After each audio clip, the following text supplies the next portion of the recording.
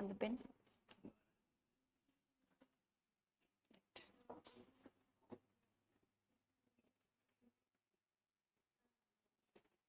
இதெல்லாம் online Google meet அவங்க பேசுறது அந்த ஸ்பீக்கர்ல வரும். ஓகே. ஒரு வாட்டி நீங்க கன்ஃபார்ம் பண்ணிக்கோங்க உங்களோட வாய்ஸ் கிளியரா இருக்கான்னு அவங்க ரெஸ்பாண்ட் பண்ணிடுவாங்க. Okay okay sure.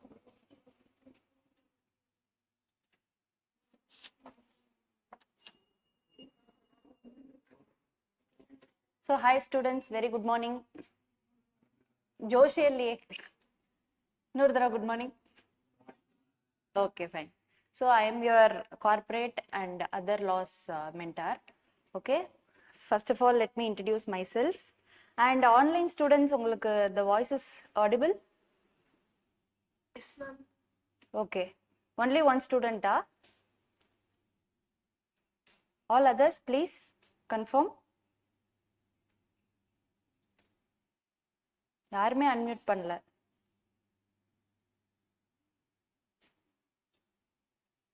The voice is audible? Online students? Okay, fine. Gautam, okay. Shrisha, okay. Vimal and Jagannathan, the voice is audible?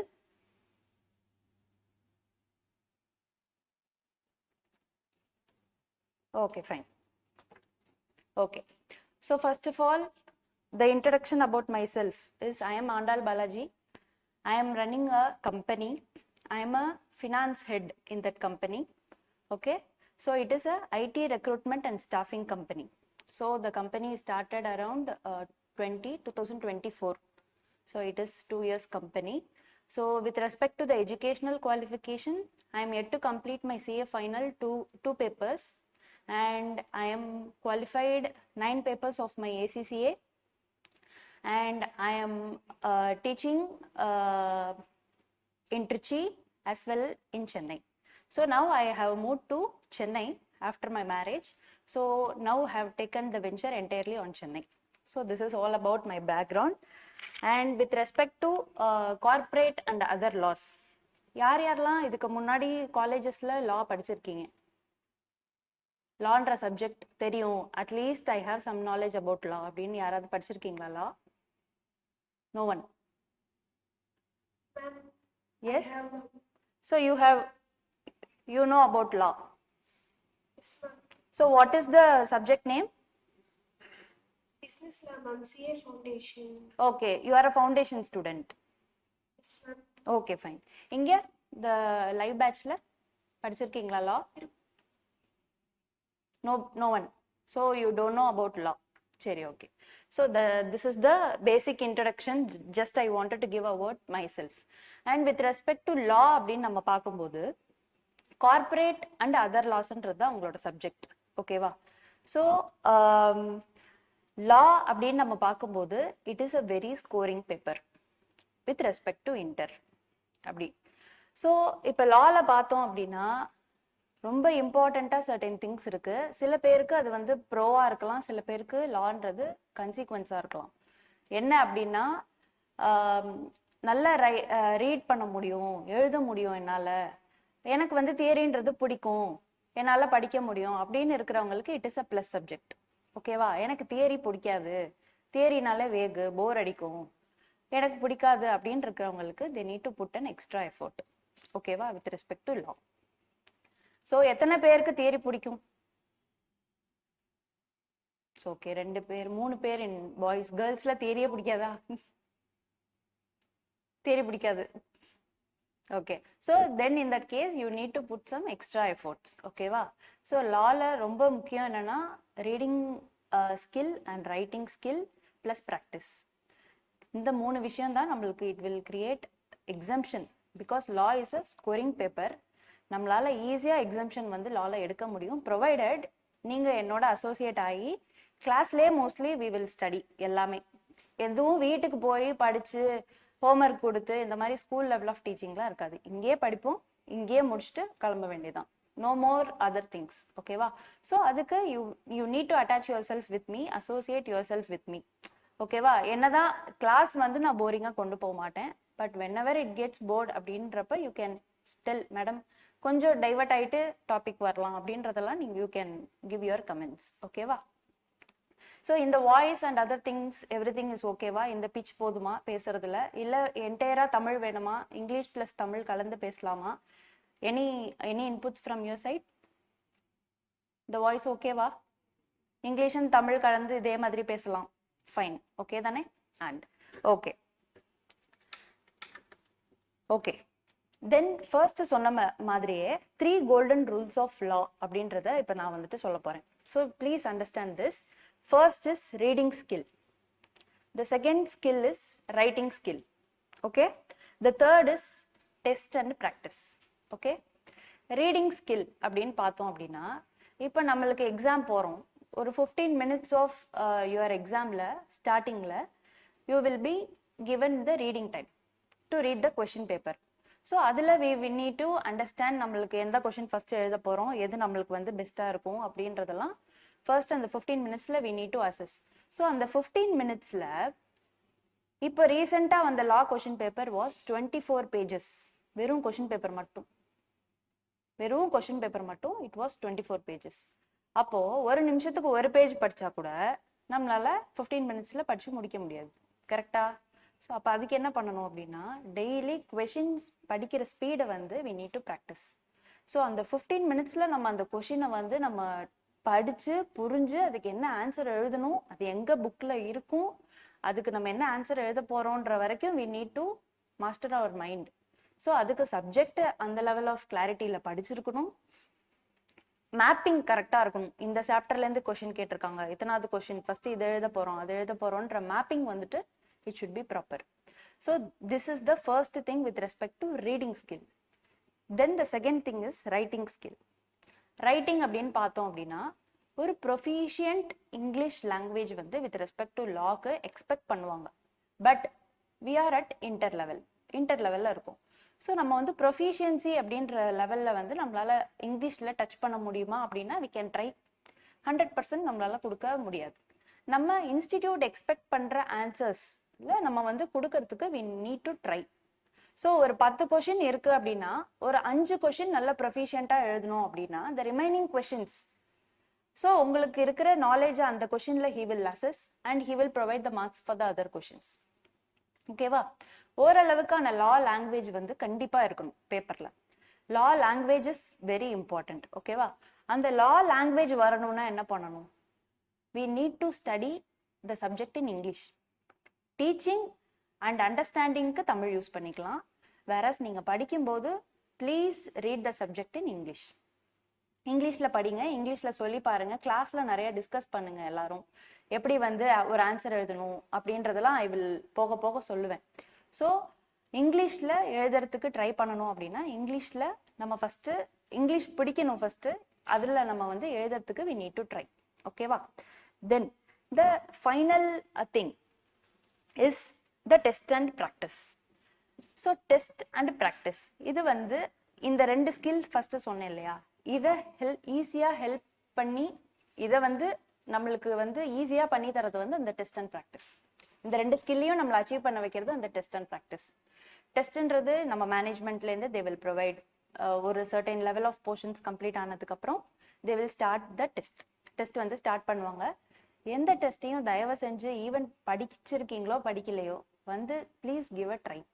நீங்கள் இங்கே வந்து உட்காந்து ஒரு கொஷின் படிச்சு கூட யூ கேன் ரைட். உங்களை யாரும் வந்து டெஸ்ட்ல இவ்வளோ மார்க்கு ஏன் கம்மி அப்படின்றது கேட்பாங்க. பட் அதுக்காக ஒமிட் பண்றது அப்படின்றது it's not a good sign. ஓகேவா? எல்லா டெஸ்ட்டுக்கும் ப்ரெசன்ஸ் கொடுங்க. ஓகேவா? அது என்ன மார்க் வருதோ that will come, that's not an issue. But give a try for every test and ப்ராக்டிஸ்ன்றது ஐ வில் கிவ் யூ. இன்னைக்கு இவ்வளோ போர்ஷன்ஸ் முடிச்சிருக்கோம் அப்படின்னா இந்த போர்ஷன் அப்படின்றது இப்போ நானே இன்னைக்கு ஒரு கிளாஸஸ்ல சர்டன் இன்னைக்கு ரொம்ப டம்ப் பண்ண மாட்டேன். It's just a basic introduction and basic definition class மட்டும்தான். ஓகேவா? இப்போ இதே டெஃபினிஷன் கிளாஸை the next week Monday Tuesday Wednesday என்னோட கிளாஸ் இருக்கும்போது இப்போ Wednesday I am just starting a recap of what we have done in the previous கிளாஸ்ன்னு கேட்கும்போது you need to tell. So அதுக்கு சப்ஜெக்டோட ரேப்போ இருந்துகிட்டே இருக்கும். அப்போ தான் ப்ரீவியஸ் கிளாஸில் படித்தது நெக்ஸ்ட் கிளாஸில் கண்டிப்பாக we will have a short recap and we will move forward. அதுக்கு படிச்சுட்டு வரணும் வீட்டில். அது மட்டும்தான் நான் கொடுக்குற வேலை. மற்றபடி ஹோம்ஒர்க் எழுதுங்க, அசைன்மெண்ட் பண்ணுங்க, இதெல்லாம் நான் விட்டுட்டேன், இதெல்லாம் நீங்க படிங்க, இந்த மாதிரி விஷயங்கள்லாம் கிடையாது. இன்னைக்கு நான் என்ன சொன்னேனோ அதை நீங்க போய் வீட்டில் போய் பார்த்தா போதும். ஓகேவா? So this is all about the skills, reading skill, writing skill, and அதை சப்போர்ட் பண்றது என்னது, டெஸ்ட் அண்ட் ப்ராக்டிஸ். இது வரைக்கும் ஓகே. தென் அண்ட் த ரொம்ப இம்பார்ட்டண்ட்டாக சொல்ல வேண்டிய விஷயம், த இன்டரோட பாஸ் பர்சன்டேஜ். இப்போ கேள்விப்பட்டிருக்கீங்களா? இன்டரோட பாஸ் பர்சன்டேஜ் அதிகமாக இருக்கா கம்மியாக இருக்கா? சிங்கிள் டிஜிட்ல இருக்கு. Very good. So at least you are aware of that. Single டிஜிட்ல இருக்கு பாசிங் பர்சன்டேஜ். ஏன் அப்படி பண்றாங்க? So இன்டரோட number of அட்டம்ப்ஸை they have increased and they R decreasing the pass percentage like a single digit. So இந்த மாதிரி இருக்கும்போது நம்மளோட efforts எப்படி இருக்கணும்? 100 டைம்ஸ் போடுற எஃபோர்ட் வந்து 200 டைம்ஸ் போட்டாதான் நம்மளால கிளியரே பண்ண முடியும்ன்ற மாதிரி நிறைய ஸ்டூடெண்ட்ஸ் ஃபேஸ் பண்றேன். எல்லாமே நல்லா படிக்கிற students, but they are failing in inter because of some their weaker areas. It's not only about law, அவங்களுக்குன்னு வீக்கர் செக்ஷன்ஸ் இருக்கும்ல, அந்த மாதிரியான சில சப்ஜெக்ட்னால தே ஆர் ஃபெயிலிங். அண்ட் சில ஸ்டூடெண்ட்ஸ் ரொம்ப நல்லா பெர்ஃபார்ம் பண்ணியிருப்பாங்க. வி வில் பி எக்ஸ்பெக்டிங் இந்த மாதிரி அந்த ஸ்டூடெண்ட்ஸ் வந்து பாஸ் ஆயிடுவாங்கன்னு we will be expecting. But பார்த்தோம் அப்படின்னா ரிசல்ட்ல பார்க்கும்போது அன்எக்ஸ்பெக்டடாக ஷாக்கிங்காக அந்த ஸ்டூடெண்ட் வந்து ஃபெயில் ஆயிருப்பாங்க. ஸோ இந்த ஃபெயில் அண்ட் அதர் திங்ஸ் பற்றி நம்ம இப்போ அவ்வளோவா யோசிக்க தேவையில்லை. நம்மளோட சைடு போட வேண்டிய எஃபோர்ட்டை நம்ம கரெக்டாக போடுவோம். The rest is with the God. ஒரு student log off from the offline session. Shrisha, you are able to hear? You are intact with this batch? Any other doubts உங்களுக்கு இருக்கா online students? Okay fine. Okay, so என்ன பேசிட்டு இருந்தோம்? இன்டரோட pass percentage. இன்டரோட pass percentage வந்து நம்ம வந்து அதை மேட்ச் பண்ணுறதுக்கு we need to put our 200% efforts. சிங்கிள் டிஜிட்டில் இப்போ போயிட்டு இருக்கு. Please be aware of that. ஓகேவா? Then the next thing, as I have told earlier, முன்னாடியே சொன்ன மாதிரி என்னோட style of teaching is mostly with the class. You need to associate your self with me. No more homeworks, no more இந்த kind of things, assignments, school திங்ஸ்லாம் கிடையாது. Just associate with me and practice with me. அதான். இவங்களுக்கு இப்போவே தூக்கம் வந்துடுச்சு இல்லையா? குளிருதா? AC கம்மி பண்ண சொல்லலாமா? அவங்க வந்தோடனே கம்மி பண்ண சொல்கிறேன். Okay okay okay. So now you all please take your notes. இப்ப சொல்றது மட்டும் you need to note down.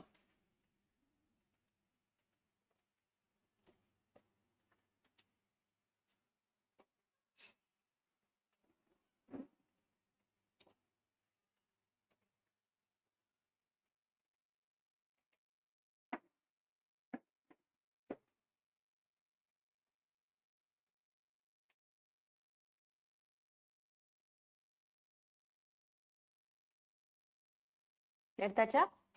Okay. So put the heading corporate and other laws.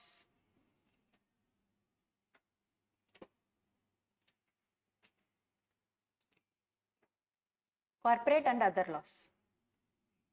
Okay. So in right, in corporate laws side, அது ரெண்டா பிரிச்சுக்கோங்க. corporate law ஒரு பக்கம், other law is இன்னொரு பக்கம். corporate law பக்கம் கார்ப்பரேட் லாக்கு கீழே companies act 2013,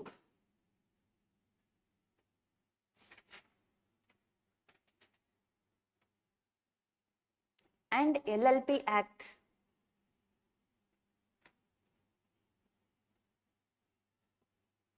Companies Act 1, number 2 LLP Act. This is just for rough, எவ்வளோ மார்க்ஸ்க்காக தான் சொல்கிறேன். கம்பெனி எழுதிட்டீங்களா? LLP எழுதிட்டீங்களா? ஃபைன். அண்ட் அதர் லா சைடுக்கு வாங்க.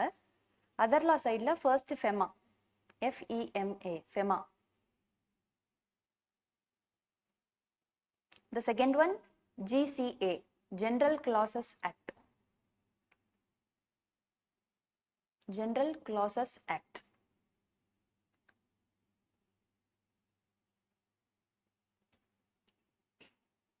The third one is IOS. IOS, Interpretation of Statutes.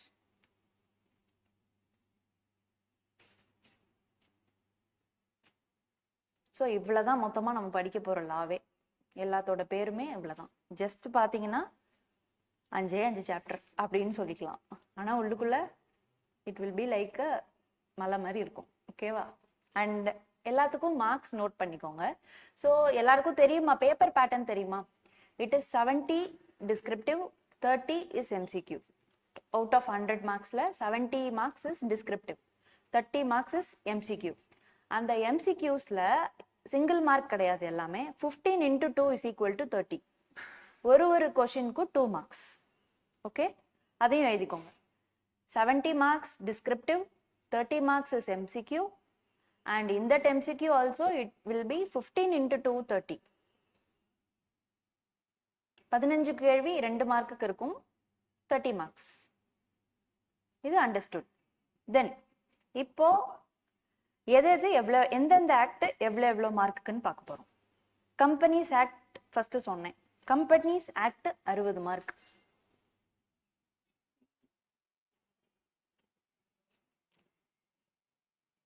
Companies Act is comprised of 60 marks. LLP Act is 10 mark. Online students also please note down. Okay? Okay.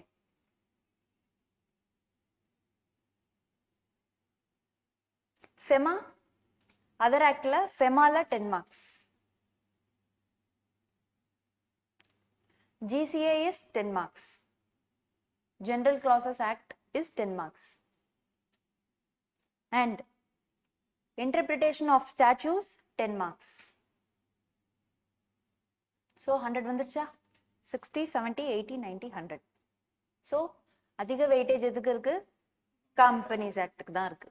So companies ஆக்ட்ன்றது இப்போ மட்டும் இல்லை, எல்லா ஸ்டூடெண்ட்ஸும், நிறைய ஸ்டூடெண்ட்ஸ்லாம் நான் பார்த்துருக்கேன் கம்பெனிஸ் ஆக்டெல்லாம் போய் எக்ஸாம் கூட்டிட்டு போவாங்க. அந்த மாதிரி ஸ்டூடெண்ட்ஸ் எல்லாமும் நான் பார்த்துருக்கேன். ஸோ கம்பெனிஸ் ஆக்ட் சாய்ஸில் விடுறேன், இதில் விடுறேன்னு எதையுமே விடாதீங்க, எல்லாத்தையுமே படிக்கணும். பிகாஸ் நம்ம எல்லாத்தையுமே படித்தாலுமே 101வது ஒரு கேள்வி வந்து கண்டிப்பாக கொஷின் பேப்பரில் இருக்குது. இன்டர்லேயுமே it's not even in final, இன்டர்லேயுமே அப்படி தான் இருக்குது. ஸோ எந்த ஆக்டையும் ஒமிட் பண்ண வேண்டாம், எல்லா ஆக்டும் உங்களை ஈஸியாக படிக்க வைக்க வேண்டியது இட்ஸ் மை டியூட்டி. ஓகே, அதுக்கப்புறம் டிஸ்கிரிப்டிவ் அண்ட் எம்சிக்யூஸ் எவ்வளோன்றது எழுதியாச்சு. Okay, fine. ஸோ இப்போ கொஷின் பேப்பரில் பார்த்தோம் அப்படின்னா first question is a compulsory question. அது தெரியும் இல்லையா? First question is compulsory question. Then remaining 6 கொஷின்ஸில் வி நீட் டு செலக்ட் 5 கொஷின்ஸில் வி நீட் டு செலக்ட் 4 கொஷின்ஸ். ஸோ டோட்டல் ஆஃப் 5 கொஷின்ஸ். ஓகே, ஸோ இது எல்லாருக்குமே தெரிஞ்சிருக்கு. ஓகே, இதுக்கு அடுத்தது what are the materials to be used for studying லா அப்படின்றது. ஓகேவா? ஸோ சம்மரி நோட்ஸ் அப்படின்றது ஐ வில் ப்ரொவைட். புக்கெல்லாம் புரட்டி 4 மாடியூல்லையும் புரட்டி எந்த கஷ்டமும் பட வேண்டாம். Summary material will be provided. இப்போ உங்களுக்கு ஒரு ஹேண்ட் அவுட் உங்கள் கைக்கு வரும்.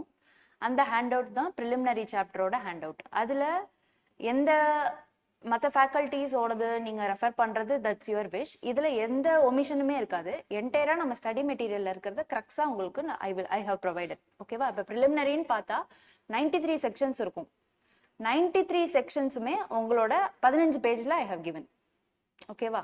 அதை மட்டும் பார்த்தா போகிறோம். அண்ட் அதுலேயுமே எது இம்பார்ட்டன்ட்ன்றது நான் சொல்லிடுவேன், அதை மட்டுமே பார்த்தா போதும். ஓகேவா? So with respect to summary notes I will provide.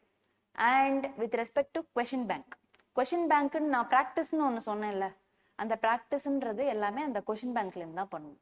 So question பேங்க்ல என்ன இருக்கும்? Past இயரோட papers, ஆர்டிபிஸ், MTPs. ஆர்டிபிஸ்னா என்ன? Revise test papers. MTPs mark test papers. எல்லாமே இது வரைக்கும் என்னென்னலாம் கேட்டிருந்தாங்களோ எல்லா கொஷினும் கம்பைல்ட் ஆகி கொஷின் பேங்க்ல இருக்கும். அதை தான் we will practice. Last row third கேர்ளுக்கு தூக்கம் வந்துச்சா அதுக்குள்ள? ஓகே, இன்னும் சப்ஜெக்ட்குள்ளேயே போல. Okay, so with respect to question bank, question bank கண்டிப்பாக எல்லாருமே ப்ராக்டிஸ் பண்ணணும். கொஷின் பேங்க்குக்கு வி ஆர் இன் டிஸ்கஷன் ஃபேஸில் இருக்கோம். என்ன மெட்டீரியல் உங்களுக்கு கொடுக்கலாம், நாங்களே ரெடி பண்ணி கொடுக்கலாமா, இல்லை ஒரு கம்பைலர் மாதிரி ஒன்று இருக்குது அதை உங்களுக்கு ப்ரொவைட் பண்ணலாமான்றது வி ஆர் இன் டிஸ்கஷன் ஃபேஸில் இருக்கோம். ஸோ நெக்ஸ்ட் கிளாஸ் நீங்கள் வரும்போது அதுக்கான கிளாரிட்டி ஐ வில் கிவ். என்ன கொஷின் பேங்க் யூஸ் பண்ணணுன்றதை ஐ வில் டெல். ஓகேவா? ஸோ இந்த ரெண்டு விஷயத்தை மட்டும் யூஸ் பண்ணால் போதும். வித் ரெஸ்பெக்ட் டு மெட்டீரியல்ஸ் அப்படின்னு இருக்கிற மெட்டீரியல் இதை வாங்கி படிக்கிறேன் அதை வாங்கி படிக்கிறேன் தேவையில்ல. இந்த சம்மரி நோட்ஸ், இந்த கொஷின் பேங்க், அது போக நீங்கள் டெஸ்ட் எழுதுவீங்கல்ல இங்கே, அந்த டெஸ்ட் எழுதி உங்களுக்கு கரெக்ஷன் பண்ணி கொடுப்பாங்க. அதுல நீங்க என்னென்னலாம் மிஸ்டேக்ஸ் பண்ணிருக்கீங்களோ அதை ஒரு ஃபைல்ல போட்டு அந்த இதை வச்சுக்கோங்க. ஸோ எக்ஸாமுக்கு முன்னாடியே நீங்க பண்ண தப்பெல்லாம் ஜஸ்ட் நோட் இட் டவுன். அது உங்களுக்கு எக்ஸாம் அப்போ ஹெல்ப்ஃபுல்லா இருக்கும். இது மூணுத்தை மட்டும் படிச்சா போதும். ஓகேவா? With respect to materials. Okay. So வேற ஏதாவது இப்போ வரைக்கும் பேசுனதுல ஏதாவது டவுட் இருக்கா? லா பத்தி ஒரு பேசிக் இன்ட்ரடக்ஷன்ல ஏதாவது டவுட் இருக்கா யாருக்காச்சு? Anything? Online students? No ma'am. Okay okay. Shall we start with respect to introduction? Start பண்ணலாமா? With respect to Companies Act. First weightage வந்து company law தான். ஸோ கம்பெனி லா தான் ஃபர்ஸ்ட் ஸ்டார்ட் பண்ண போறோம். ஓகேவா? கம்பெனி லாலையும் ஐ ஹாவ் டோல்ட் இல்லையா, first 93 definitions வந்து ஃபர்ஸ்ட் சாப்டர்ல கொடுத்துருப்பாங்க. 93. ஓகேவா? நம்ம பார்க்க போறது இன்னைக்கு just a crux of some important definitions. எல்லாத்தையும் ஒரே நாளில் I am not going to dump. So ஒரு 15 to 16 செக்ஷன்ஸ் வரைக்கும் இன்னைக்கு பார்க்கலாம். ஓகேவா? தட் டூ வித் பிரேக்கோட தான் பார்ப்போம். ஓகேவா? ஸோ ஸ்டார்ட் பண்ணலாமா? Okay, very good. So companies act 2013. Put the heading.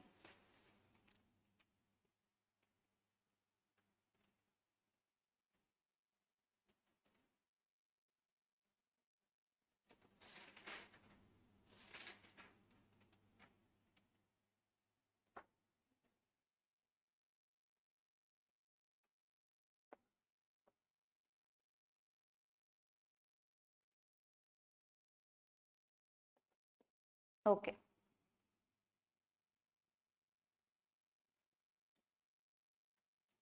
Okay. Companies act 2013. So எல்லா ஆக்ட்லையும் பார்த்தோம் அப்படின்னா செக்ஷன் 1ன்னு இருக்கும். Section 2 is full of definitions and section 1 is full of applicability. So இந்த லா எங்கெங்கெல்லாம் அப்ளிகபிள் ஆகுன்றதை பற்றி பேசுறது மட்டும்தான். எங்கெங்கெல்லாம் அப்ளிகபிள் ஆகும் இந்தியாவில், யார் யாருக்கெல்லாம் அப்ளிகபிள் ஆகும் அப்படின்றத பற்றி பேசுறது தான் section 1. Okay. So right, section 1 is about just short notes. இதெல்லாமே உங்களுக்கு ஹேண்ட் அவுட்டாக வந்துடும். ஓகேவா? Section 1 applicability,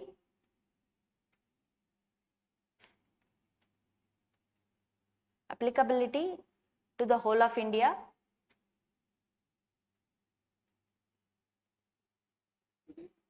to the whole of India, entire India kume the Companies Act is applicable, and to the prescribed companies. எந்தெந்த companies யார் யாருக்கெல்லாம் applicable ஆகும்ன்றதை I will tell இனிமே.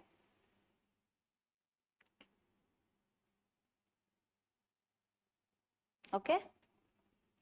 Applicability. Section 1 speaks about applicability. So, in the objective of the act ன்றது என்ன? Companies Act ன்றதை ஏன் கொண்டு வந்தாங்க அப்படின்னா, ஒரு கம்பெனி பத்தின இருக்கிற எல்லா விஷயத்தையும் ஒரே இடத்துல கன்சாலிடேட்டடா நம்ம பார்க்கணும் அப்படின்னா companies act we will refer.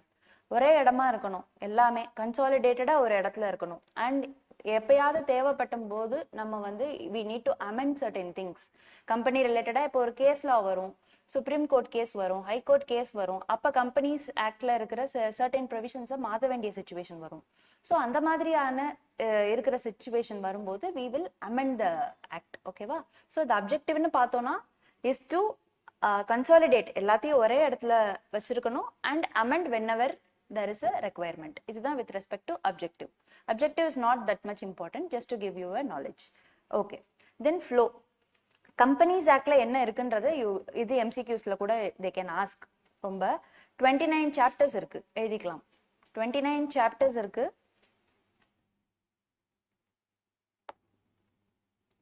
Four 470 sections இருக்கு.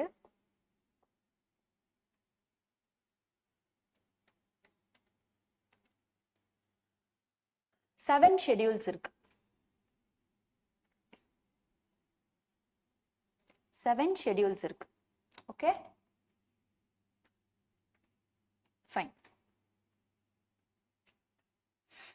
ரைட். ஓகே, இந்த ஆக்ட் வந்து எப்ப எனாக்ட் ஆச்சு? ஸோ அங்க இருக்கு எனாக்ட்மெண்ட். எனாக்ட்மெண்ட்ன்றது ஃபர்ஸ்ட் வந்து ஹானரபிள் பிரசிடென்ட் ஆஃப் இந்தியா வந்து அவரோட கன்சென்ட் கொடுத்தது. It was in 29th August 2013 ascent வந்து கொடுத்தாரு. ஸோ கம்பெனிஸ் ஆக்டை ஜஸ்ட் நம்ம வந்து பப்ளிஷ் பண்ணலான்ற அசென்ட் அவர் கொடுத்தாரு. நோட்டிஃபிகேஷன் இன் அஃபீஷியல் கெசெட்ல வந்தது வந்து 30th ஆகஸ்ட் 2013. ஸோ எந்த டேட் நம்ம எடுத்துக்கணும்னா நோட்டிஃபிகேஷன் அஃபீஷியல் கெசெட்ல வந்த டேட் என்ன 30th ஆகஸ்ட் 2013. ஸோ இந்த டேட்லேருந்து தான் நம்மளுக்கு வந்து கம்பெனிஸ் ஆக்ட். ஆக்சுவல் டேட் கேட்டால் இந்த டேட் தான் சொல்லணும். ஓகே, இது முடிஞ்சு போச்சு. தென் ஸோ இதில் பார்த்தீங்கன்னா just I will show you. இதில் என்டையராக பார்த்தோம் 15 பேஜஸ்லனா ஜஸ்ட் கடைசியில் 93 செக்ஷன்ஸ் டோட்டலாக 15 பேஜஸில். ஓகே, எல்லாமே ஒரு லைன் தான் படித்தா. ஓகேவா, இது என்டையருமே தேவை கிடையாது. எது எது இம்பார்ட்டன்ட்னு I will tell, that alone you can study. ஓகேவா, அண்ட் எந்தெந்த சாப்டர்ஸில் இந்த மாதிரியான சர்டன் டெஃபினிஷன்ஸ் வரும்போது வி வில் ரெஃபர், இங்கே வந்து பார்ப்போம் அதுக்கு என்ன அப்படின்னு கொடுத்துருக்காங்கன்றத ஐ வில் எக்ஸ்பிளைன் அண்ட் திரும்ப நம்ம அங்கே போய் பார்ப்போம். ஸோ என்டையராக 93 டெஃபினிஷன்ஸ் உட்காந்து இப்போ படிச்சுட்டு நம்ம லாக்குள்ளே போகிறதுன்றது it's not humanly possible. Okay, இம்பார்ட்டண்ட்டான டெஃபினிஷன்ஸ். ஓகேவா, ஃபர்ஸ்ட் ஸ்டார்ட் பண்ணலாம். ஸோ இது வரைக்கும் என்ன பார்த்துருக்கோம்? செக்ஷன் 1 பார்த்துருக்கோம். Section 1 is about applicability. Section 2 is about definitions. டெஃபினிஷன்ஸ்ல நம்மளுக்கு கொடுத்துருக்கிறது 93 டெஃபினிஷன்ஸ். 93 டெஃபினிஷன்ஸ்ல இப்போ என்னென்ன பார்க்க போறோம் அப்படின்றத லெட் மீ டெல். நீங்க என்ன பண்ணுங்க, நான் சொல்ற செக்ஷன்ஸ் மட்டும் எழுதிட்டே வாங்க, நான் அந்த செக்ஷனை கரெக்டா வந்து உங்களுக்கு ஸ்கிரீன்ல வைக்கிறேன். ஓகேவா, first section, section 2 subsection 20.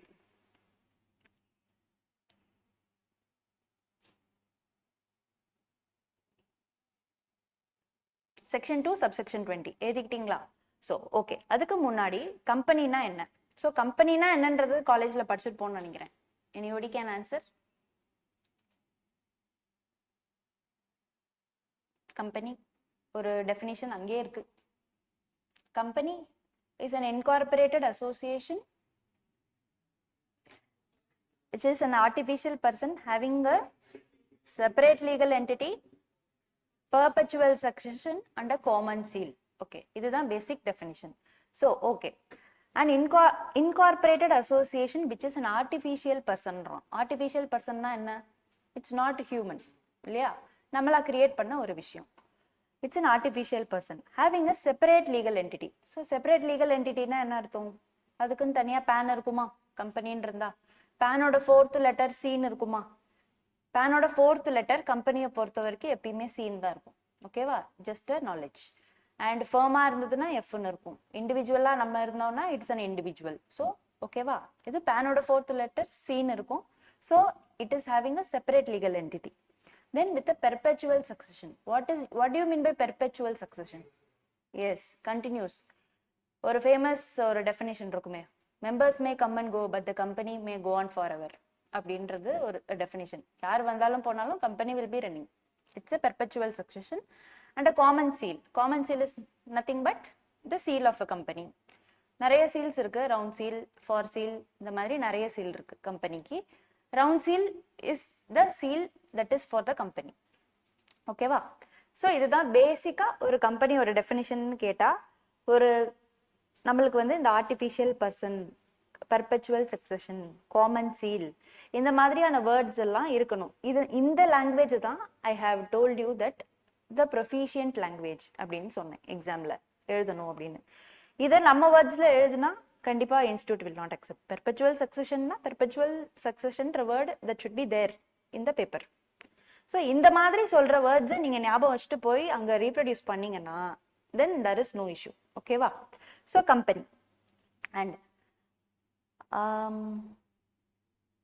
Okay. Then அப்ளிகபிலிட்டியில சொன்னேன் எந்தெந்த கம்பெனின்னு. Applicability one more time revise பண்ணிடலாம். அப்ளிகபிலிட்டி பார்த்தோம்னா it extends to the whole of India.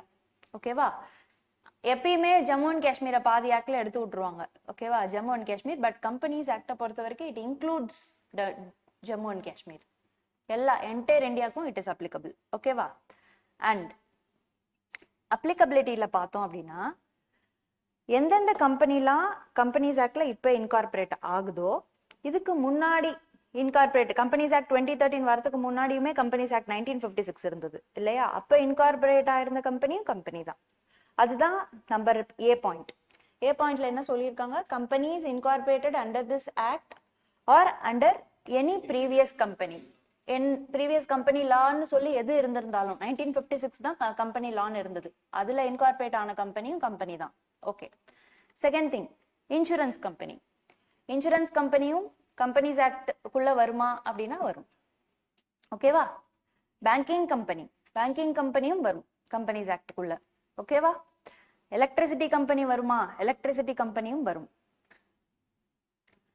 And அதுக்கப்புறம் special act, other company governed by any special act where the provisions are inconsistent with that of the special act. For example, அதாவது இது என்ன அப்படின்னா, LIC இப்போ electricity company, இந்த மாதிரி insurance company, இந்த மாதிரி கம்பெனிக்கெல்லாம் செப்பரேட்டா எலக்ட்ரிசிட்டி ஆக்ட், இன்சூரன்ஸ் ஆக்ட்னு சொல்லி தனியா இருக்கு.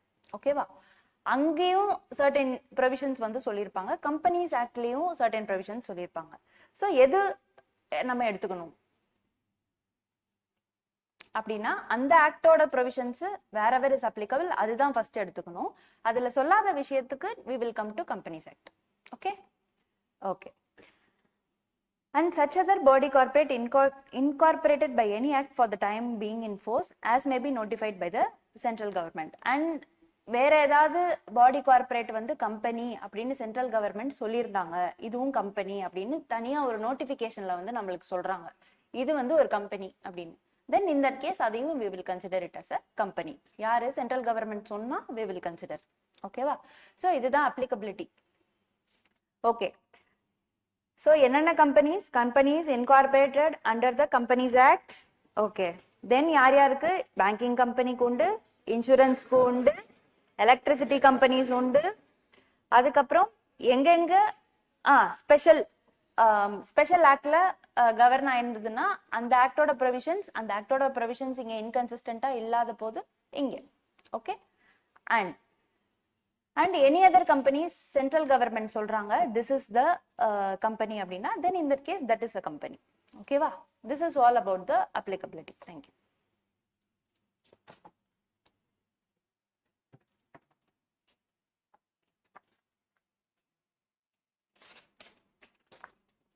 Okay okay. கம்பெனியோட அப்ளிகபிலிட்டி பார்த்தாச்சு. Then come to section. இப்போ நான் சொல்றதெல்லாம் நீங்க எழுத ஆரம்பிக்கலாம். So first put the heading company. ஏன்னா கொஞ்சமாவது இஃப் யூ ஸ்கிரிபிள்னா தான் லா கிளாஸ்ல தூக்கம் வராது, இல்லைன்னா தூக்கம் வந்துடும், கண்டிப்பா தூக்கம் வந்துடும். So company section 2 subsection 20.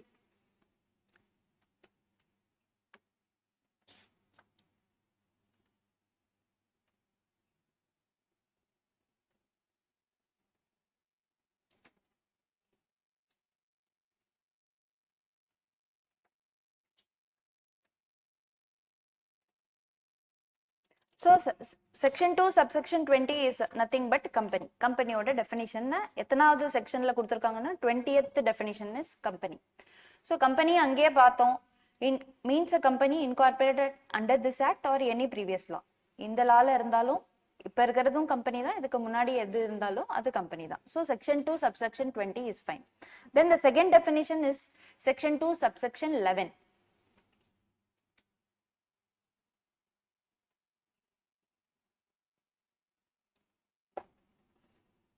Section 2 subsection 11ல என்ன எழுதியிருக்கு? It is a body corporate or கார்பரேஷன்னா என்ன அப்படின்றது. So what is a body corporate? ஏதாவது ஐடியா இருக்கா?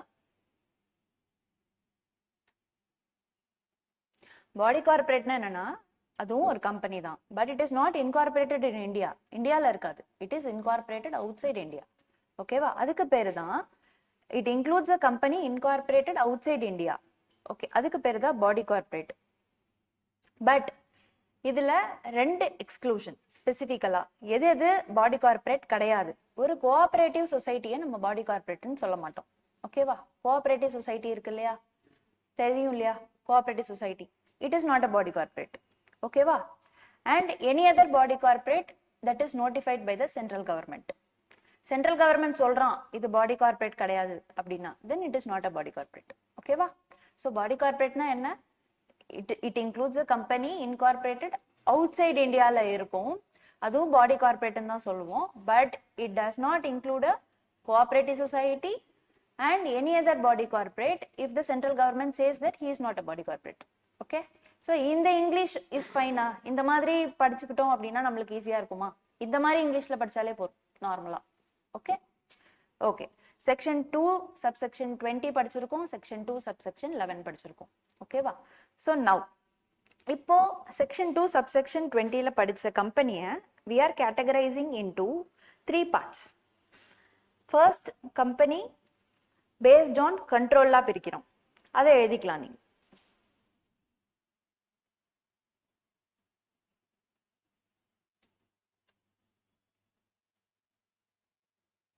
கண்ட்ரோல், கண்ட்ரோல்ல பார்த்தோம் அப்படின்னா சொல்ற செக்ஷன்ஸும் எழுதிக்கோங்க, அதுக்கு பக்கத்துல அதோட நேமும் எழுதிக்கலாம். கண்ட்ரோல்ல 2 subsection 6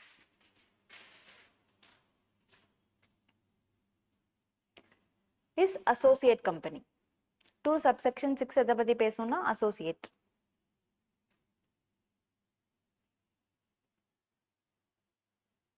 Two subsection 46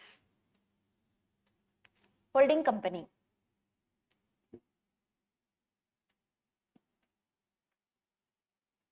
Then 2 subsection 87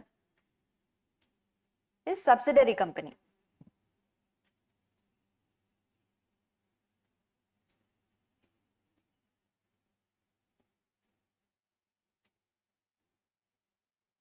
எழுதியாச்சா? So கம்பெனியோட செக்ஷன் 2 சப்செக்ஷன் 20யோட கம்பெனி டெஃபினிஷனை 3ஆ பிரிக்கிறோம், 3 லேயர்ஸா. எப்படின்னா கம்பெனி தட் இஸ் கண்ட்ரோல் வைஸா பிரிக்கிற கம்பெனி, மெம்பர்ஷிப் வைஸா பிரிக்கிற கம்பெனி அண்ட் லயபிலிட்டி வைஸா பிரிக்கிற கம்பெனி. இப்போ கண்ட்ரோல் மட்டும் எழுதியிருக்கீங்க, கண்ட்ரோல் பத்தி பார்ப்போம். செக்ஷன் 2 சப்செக்ஷன் 6 அசோசியேட் கம்பெனின்னு எழுதியிருக்கோம். ஓகேவா? இப்போ நம்பர் 6க்கு போகலாம்.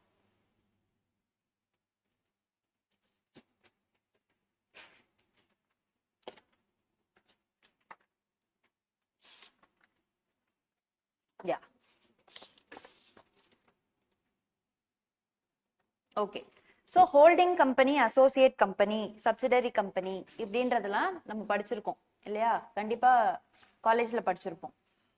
ஃபர்ஸ்ட் ஜெனரல் கொஸ்டின், ஹோல்டிங் கம்பெனினா என்ன? சொல்லுங்க. ஆமா, மெஜாரிட்டி ஷேர்ஸ் ஹோல்ட் பண்ணியிருப்பாங்க. ஹோல்டிங் கம்பெனின்றது ஒரு பேரண்ட் கம்பெனி மாதிரி. It's a parent company. அதுக்கு கீழே சப்சிடரி இருப்பாங்க, அவங்களோட பிரான்ச் கம்பெனிஸ்லாம் சப்சிடரி கம்பெனிஸ். அண்ட் அசோசியேட் கம்பெனின்றவங்க அவங்களோட அசோசியேட்ஸ். ஓகேவா? அவங்களுக்கும் இவங்களுக்கும் என்ன காமன்றத let us see. So associate company.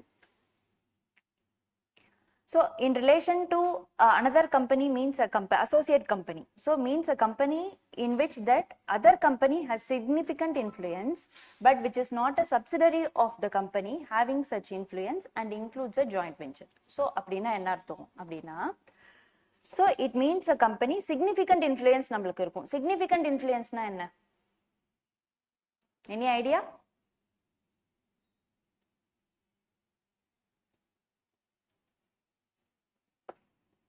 Significant influence கீழே கொடுத்துருக்காங்க பாருங்க.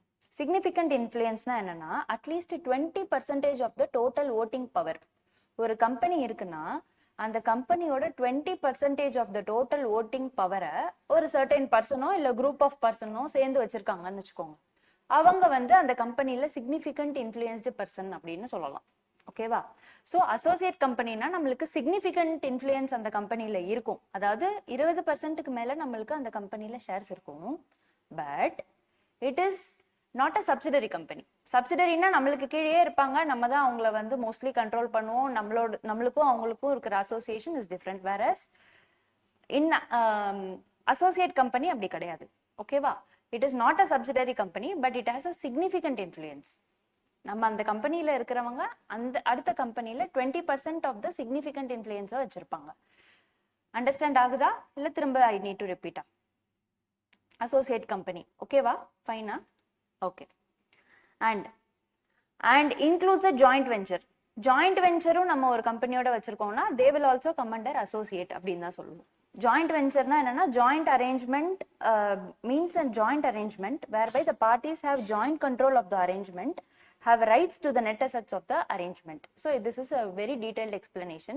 Net assets of the arrangement ன்றது it's like accounts க்கு போய்டும். அது ஜஸ்ட் ஐ வில் எக்ஸ்பிளைன். அதாவது ரெண்டு கம்பெனிஸ் இருக்கு, they will have a joint arrangement அப்படின்னா அவங்களுக்குள்ள ஒரு டீலிங்ஸ் இருக்கும். ஸோ எல்லா டிரான்சாக்ஷனுமே ரெண்டு பேரும் சேர்ந்து தான் பண்ணுவாங்க, அதுக்கு பேர் தான் joint venture. Just have a basic thought on this, அவ்வளோதான் ஜாயிண்ட் வெஞ்சர். அண்ட் ஜாயிண்ட் வெஞ்சரையும் நம்ம என்னன்னு சொல்லுவோம், அசோசியேட் கம்பெனின்னு தான் சொல்லுவோம் வித் ரெஸ்பெக்ட் டு லால. ஓகேவா? ஸோ இதுதான் first definition with respect to associate. Section 2 subsection 6 companies based on கண்ட்ரோல்ல ஃபர்ஸ்ட் வந்து section 2 subsection 6 is associate company. Associate கம்பெனில ஏதாவது டவுட் இருக்கா?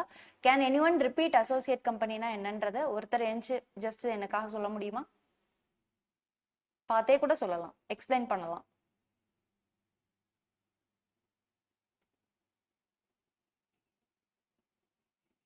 எனிஒன்? அவங்க சொல்லுவாங்க, சொல்லுங்க. எஸ், அசோசியேட் கம்பெனினா என்ன?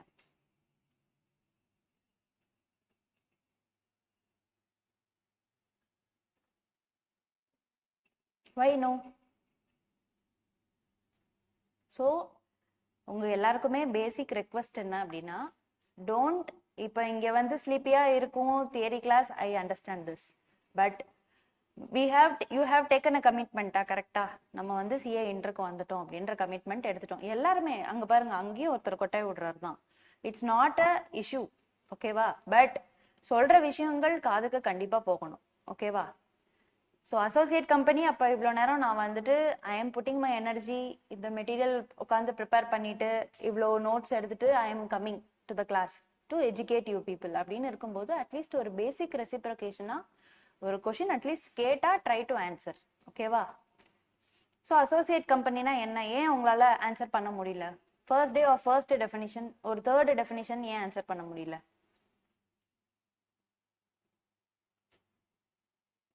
ஸோ இப்போ கிளாஸ் முடிஞ்சு இனிமே அடுத்த definition associate company is fine. Next definition when I teach you need to explain, ஓகேவா? ஓகே, ஸோ வேற யாராவது எக்ஸ்பிளைன் பண்ணுங்கப்பா associate company from boys side please.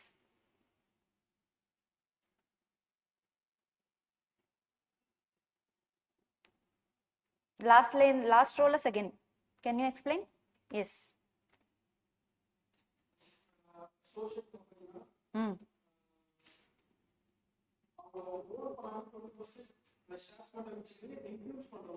Exactly, அவ்வளவுதான். இது மட்டும் தான் நான் கேட்டேன், வேற எதுவுமே கேட்கல. அவங்கள சப்சிடரின்னு சொல்லுவோமா? சொல்ல மாட்டோம். சப்சிடரின்னு சொல்ல மாட்டோம். வெறும்னா ஷேர்ஸை மட்டும் 20% சிக்னிஃபிகண்ட் இன்ஃப்ளூயன்ஸ்க்காக ஷேர்ஸ் வச்சுப்போம். ஜாயிண்ட் வெஞ்சர் போட்டிருந்தாலும் அசோசியேட்னு சொல்லுவோமா?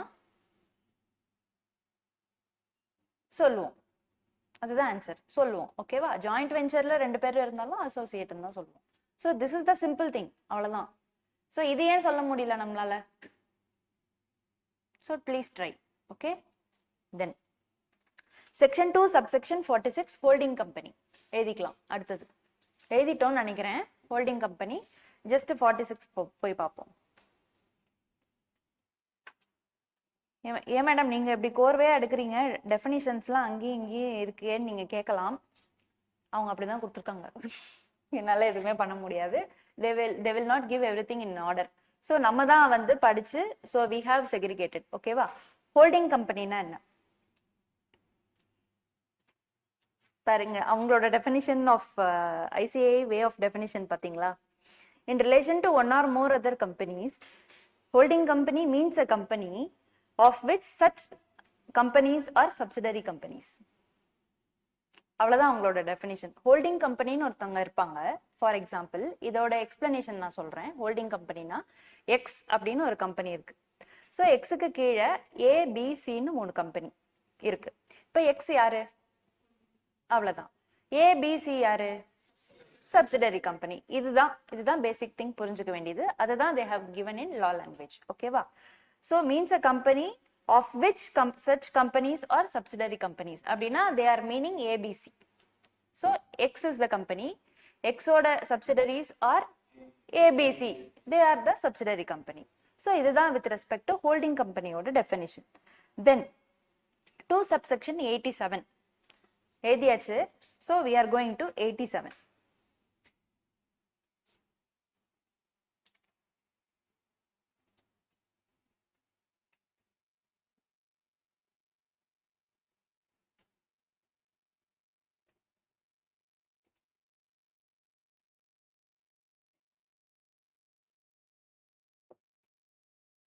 Okay, subsidiary company. Subsidiary company பார்க்கலாமா?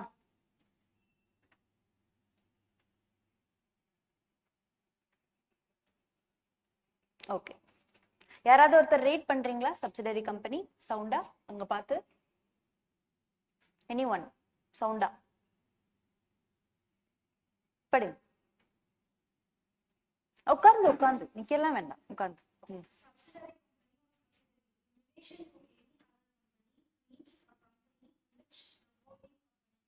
controls the composition of the board of directors or exercises or controls more than half of the total voting power, either or at its own or together with one or more of its subsidiary companies, provided that such class or classes of voting companies as may be prescribed shall not have layers of subsidiaries beyond such numbers as may be prescribed. Okay, so அதுக்கான detailed explanation கீழே கொடுத்துருக்காங்க. அந்த detailed explanation தேவையில்லை. So means ஒரு holding company இருப்பாங்க. நான் சொன்ன simple definition தான். எக்ஸ்ன்ற ஹோல்டிங் கம்பெனி இருப்பான். எக்ஸ்ன்ற ஹோல்டிங் கம்பெனி கீழே ஏபிசின்ற சப்சிடரி, நான் சொன்ன மாதிரி தான். ஸோ ஒரு ஹோல்டிங் கம்பெனி ஒரு கம்பெனியோட போர்ட் ஆஃப் டைரக்டர்ஸை, ஒரு composition of the board of directors, அதாவது இப்போ ஏபிசின்ற கம்பெனி சொன்னேன் இல்லையா, கீழே இருக்கிறவங்கள, இதுல இருக்கிற போர்ட் ஆஃப் டைரக்டர்ஸ்ல 1-2 பேர் இல்ல மோர் தேன் ஹாஃப், இங்க மோர் தேன் ஹாஃப் தான் சொல்லியிருக்காங்க. மோர் தேன் ஹாஃப் வந்து ஓட்டிங் பவர்ல. மோஸ்ட்லி போர்ட் ஆஃப் டைரக்டர்ஸ்லயும் பார்த்தோம் அப்படின்னா மோர் தேன் ஹாஃப் வந்துட்டு ஹோல்டிங் கம்பெனி கண்ட்ரோல் பண்ணுவாங்க சப்சிடரியில. ஓகேவா? போர்ட் ஆஃப் டைரக்டர்ஸ்ல பாதி பேரை ஹோல்டிங் கம்பெனி தான் கண்ட்ரோல் பண்ணுவாங்க. ஓட்டிங் பவர்ல பார்த்தோம் அப்படின்னா ஹோல்டிங் கம்பெனி தான் more than half of the total voting power. Either தனியாவோ ஹோல்டிங் கம்பெனி, எய்தர் தனியாவோ இல்ல டுகெதர் வித் 2-3 சப்சிடரியோட சேர்ந்து அந்த சப்சிடரியை கண்ட்ரோல் பண்றாங்க அப்படின்னாலும் then it is a subsidiary company. புரியுதா? So one more time, X is a holding company, ABC they are subsidiary companies. Okay, இப்போ ஏபிசியில் இப்போ for example mister Raman, mister Raju, mister Ketan 3 பேர் இருக்காங்க. இந்த 3 பேர் வந்து இருக்கிற போர்டு, இவங்க தான் போர்ட் ஆஃப் டைரக்டர்ஸ். இந்த போர்ட் ஆஃப் டைரக்டர்ஸ்ல ராமுவையும் கேத்தனையும் ஹோல்டிங் கம்பெனி இருக்கான் இல்லையா எக்ஸ், அவங்க கண்ட்ரோல் பண்றாங்க அப்படின்னா automatically they are subsidiary companies. இது one of the definition he is giving. And the other thing, so இங்கே வந்துட்டு ஒரு 50 ஷேர் ஹோல்டர்ஸ் இந்த கம்பெனியில், ஃபார் எக்ஸாம்பிள் சொல்கிறேன், 150 பேர் டோட்டலாக ஷேர் ஹோல்டர்ஸ் இருக்காங்கன்னு வச்சுக்கோங்க. More than half of the ஷேர் ஹோல்டர்ஸை ஹோல்டிங் கம்பெனி எக்ஸ் கண்ட்ரோல் பண்ணுறோம் இங்கே அப்படின்னா, then in that case they are subsidiary. So it means சப்சிடரினா என்னன்னா மோஸ்ட்லி ஹோல்டிங் கம்பெனி கிட்ட இவனோட கண்ட்ரோல் இருக்கும் அப்படின்றதுனால அவனை நம்ம சப்சிடரி கம்பெனின்னு சொல்கிறோம். ஓகே, ஸோ இட் இஸ் கிளியரா? Okay, fine. அதுக்கப்புறம் லேயர்ஸ், இது ஒரு லேயர்ஸ் ஆஃப் சப்சிடரி கம்பெனிஸ்ன்னு சொல்லியிருக்கான். கம்பெனிஸ் ஆக்டை பொறுத்த வரைக்கும் என்ன தெரியுமா, சர்டைன் லேயருக்கு மேல வந்து சப்சிடரிஸ் இருக்கக்கூடாதுன்னு சொல்லியிருக்காங்க. இப்போ நான் சொல்றேன், எக்ஸுக்கு கீழே ஏபிசி அப்படின்னு சொல்லியிருக்கோம் ஒரு லேயர், இது நம்பர் லேயர். ஏபிசிக்கு கீழே அகைன் பிக்யூஆர்னு ஒரு சப்சிடரி, இது செகண்ட் லேயர் ஆஃப் சப்சிடரி. ஓகேவா? அடுத்து இன்னொரு ஒரு லேயர், அந்த மாதிரி ஒரு லேயர் இருக்குன்னு வச்சுக்கோங்க. ஸோ அவன் வந்து என்ன சொல்லியிருக்கான் அப்படின்னா மேக்ஸிமம் நம்பர் 2 or 3 லேயர்ஸ் தான் போகணும் அப்படின்ற மாதிரி சர்டன் லேயர்ஸ் வந்து ரெஸ்ட்ரிக்ட் பண்ணுவாங்க. பட் இங்கே வந்துட்டு எவ்வளோ லேயர்ன்றத சொல்லலை. வென்எவர் கம்பெனிஸ் ஆக்ட் சேஸ் இந்த மாதிரி சர்டன் லேயர்ஸ் ஆஃப் சப்சிடரி தான் இருக்கணும் அப்படின்னா அந்த லேயருக்கு மேலே சப்சிடரிஸ் இருக்கக்கூடாது with respect to specific companies. அது எந்தெந்த கம்பெனிஸ்ன்றது அஃபிஷியல் கெசெட்ல தே வில் டெல். ஓகேவா? இது with respect to subsidiary company. இப்போ என்னென்ன பார்த்துருக்கோம், கம்பெனிஸ் பேஸ்ட் ஆன் கண்ட்ரோல்ல 3மே பார்த்தாச்சு. என்னென்ன பார்த்தோம், associate company, holding company, subsidiary company. ஒரு ஷார்ட் நட்ஷெல்லாம் 3த்தையும் யாராவது எக்ஸ்பிளைன் பண்ண முடியுமா? Just online students Srisha, Hari, உங்களால பண்ண முடியுமா? Yes please. Associate company na significant. Okay. holding company na more than 50% of shares ஏதாவது கம்பெனியோட more than 50% shares holding பண்ணா அவங்க holding company. Subsidiary company na holding company கீழ holding company கீழ subsidiary companies இருக்கு. ஓகே, சப்சிடரி கம்பெனில ரெண்டு criteria சொன்னேன் இல்லையா? ஹோல்டிங் கம்பெனி சப்சிடரி கம்பெனில ரெண்டு கிரைட்டீரியா சாட்டிஸ்ஃபை பண்ணணும், கரெக்டா? போர்ட் ஆஃப் டைரக்டர்ஸை வந்து நம்ம வந்து கண்ட்ரோல் பண்ணணும் அண்ட் ஓட்டிங் பவர்லையும் நம்ம மோர் தேன் ஹாஃப் இருக்கணும் ஹோல்டிங் கம்பெனி. அப்பதான் அந்த கம்பெனியை சப்சிடரி கம்பெனின்னு சொல்ல முடியும், கரெக்டா? Yes ma'am. ஓகே, ஸோ இந்த 3 டெஃபினிஷன்ஸும் ஓகேன்னு நினைக்கிறேன். உங்களுக்கும் ஓகேவா? எல்லாருக்குமே உங்களுக்கு ஓகேவா? த தேர்ட் கேர்ள் புரிஞ்சுதா? Okay okay, then we are moving to the second category. இப்போ எழுதிக்கலாம். First 3 categories based on control முடிஞ்சு போச்சு. The next category is members. Classification of companies on the basis of membership or members.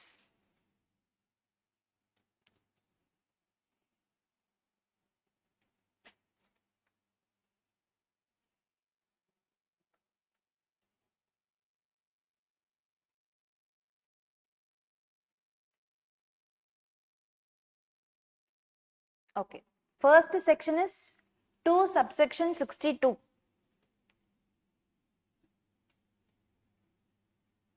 2 subsection 62 is OPC, one person company. Short form is OPC.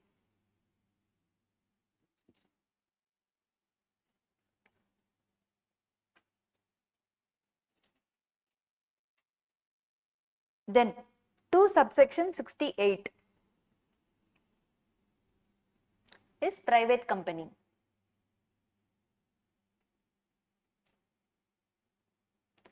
So I just want Gautam Singh, Vimal Aditya and SSCC intermediate name போட்டிருக்காரு, name தெரியல.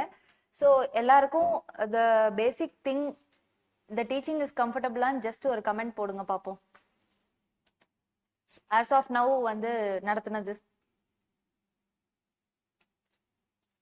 Okay, Gautam, from Gautam, Vimal is fine. And the other student?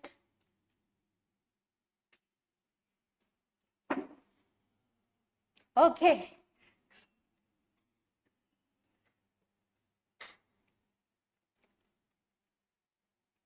Okay, fine. 2 subsection 68 எழுதிட்டீங்களா? Okay. Private limited company. 2 subsection 71. Public company. 71, yes. Is public company. Okay. So we are moving to subsection 62.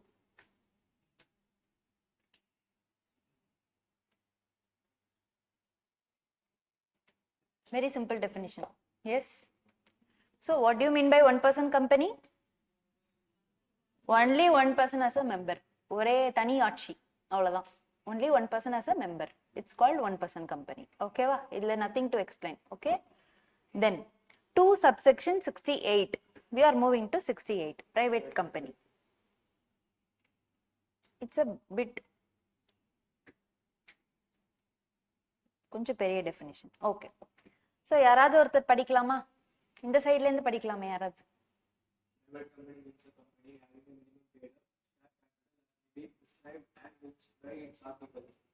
States the rights to transfer shares, except in case of OPC, limits the number of its members to 200. Okay. படிங்க. Provided that in case of joint holding, treat them as a single member. Provided further, following shall not be included in number of members. Okay. சொல்லுங்க. படிக்கலாம். A. Persons who are in the employment of a company, and B. Persons who have been formally in employment of company, were members of company while in that employment and have continued to be members after employment is Seized. Okay. prohibits any investigation to the Invitation. to the public to subscribe for any securities of the company. Okay. So இது வந்து டீடைல்டா I need to explain. So private company னா என்னன்னா, எல்லா கம்பெனியை பொறுத்த வரைக்கும் there will be a minimum paid up share capital. So உங்க handouts வந்துச்சு, ஜஸ்ட் யூ கேன் கலெக்ட் அப்படியே.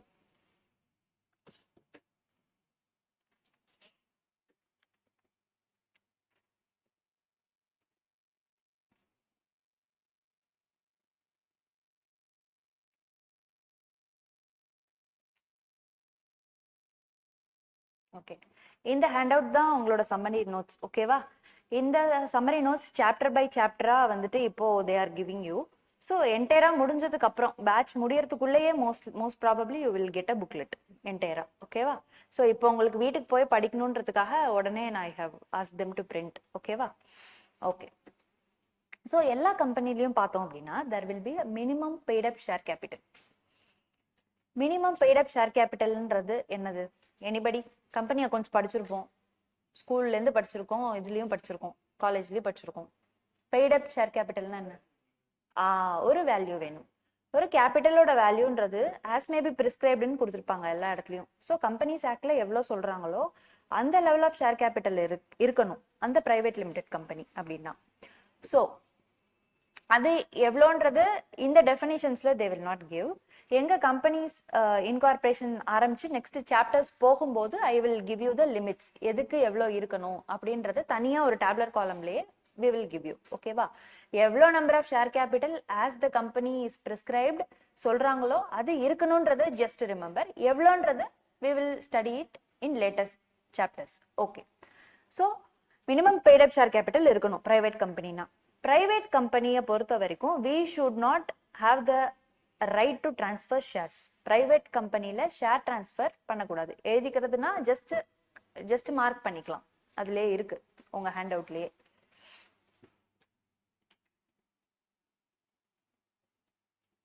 So maximum number of members with respect to private limited கம்பெனியில் எத்தனை பேர்? 200 பேர். 1% கம்பெனியில் ஒருத்தன் தான் இருப்பான், அவனுக்கு பற்றி எதுவும் சொல்லணும், அதனால தான் எதுவும் சொல்கிறதுக்கு தேவையில்லை எக்ஸப்ட் இன் கேஸ் ஆஃப் ஓபிசின்னு அதனால தான் கொடுத்துருக்காங்க. ஸோ ஓபிசியில் ஒருத்தன் தான் இருப்பான். With respect to private limited company maximum number of members is 200. ஓகேவா? அதில் share transfer is restricted. Okay. இப்போ ஜாயிண்ட் ஹோல்டிங்காக இருக்காங்கன்னு வச்சுக்கோங்களேன். அதாவது உங்க நேம் என்ன? உங்க நேம் என்ன?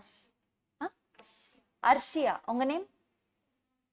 அர்ஷியா அண்ட் பத்மாவதி இருக்காங்க. அர்ஷியா அண்ட் பத்மாவதியும் சேர்ந்து 50% ஆஃப் த ஷேர்ஸ் வந்து ஹோல்ட் பண்ணியிருக்காங்க. ஸோ இப்போ அர்ஷியாவையும் பத்மாவதியும் சிங்கிளா கவுண்ட் பண்ணணுமா, இல்லை வந்துட்டு தனித்தனியா கவுண்ட் பண்ணணுமா, இல்லை சிங்கிளா கவுண்ட் பண்ணணுமா? சிங்கிளா கவுண்ட் பண்ணிக்கணும். அதுதான் அந்த பாயிண்ட். ஓகேவா? இன் கேஸ் ஆஃப் ஜாயிண்ட் ஹோல்டிங்னா treat them as a single member we need to treat. And இதுல யாரெல்லாம் நம்ம வந்து மெம்பரா இன்க்ளூட் பண்ண மாட்டோம் அப்படின்றது தான் இந்த A and B point. Persons who are in the employment of the company, கம்பெனியோட எம்ப்ளாய்மெண்ட்ல இருக்காங்க அப்படின்னா தென் in that கேஸ்ல அந்த நம்பர் ஆஃப் மெம்பர்ஸ்ல நம்ம 200 சொல்றோம் இல்லையா, அதுல நம்ம இதுல எம்ப்ளாய்மெண்ட்ல இருக்கிற பீப்புளை we will not count. ஓகேவா? ஓகே. அதுக்கப்புறம் செகண்ட் பாயிண்ட்ல என்ன சொல்லியிருக்காங்கன்னா, ஃபார்மரா எம்ப்ளாய்மெண்ட்ல இருந்திருக்காங்க அண்ட் கான்ட்ரிபியூட்டும் பண்ணியிருக்காங்க. ஆஸ் அ மெம்பராகவும் அவங்க கான்ட்ரிபியூட் பண்ணியிருந்தாங்க. எம்ப்ளாய்மெண்ட் முடிஞ்சதுக்கு அப்புறமும் தே ஹவ் கான்ட்ரிபியூட்டட் அப்படின்னாலுமே we will not count them as a member. புரியுதா? செகண்ட் பாயிண்ட் திரும்ப யாராவது படிக்கலாமா? அங்க பர்சன்ஸ் படிக்கலாம். Anyone? Formally in employment of company.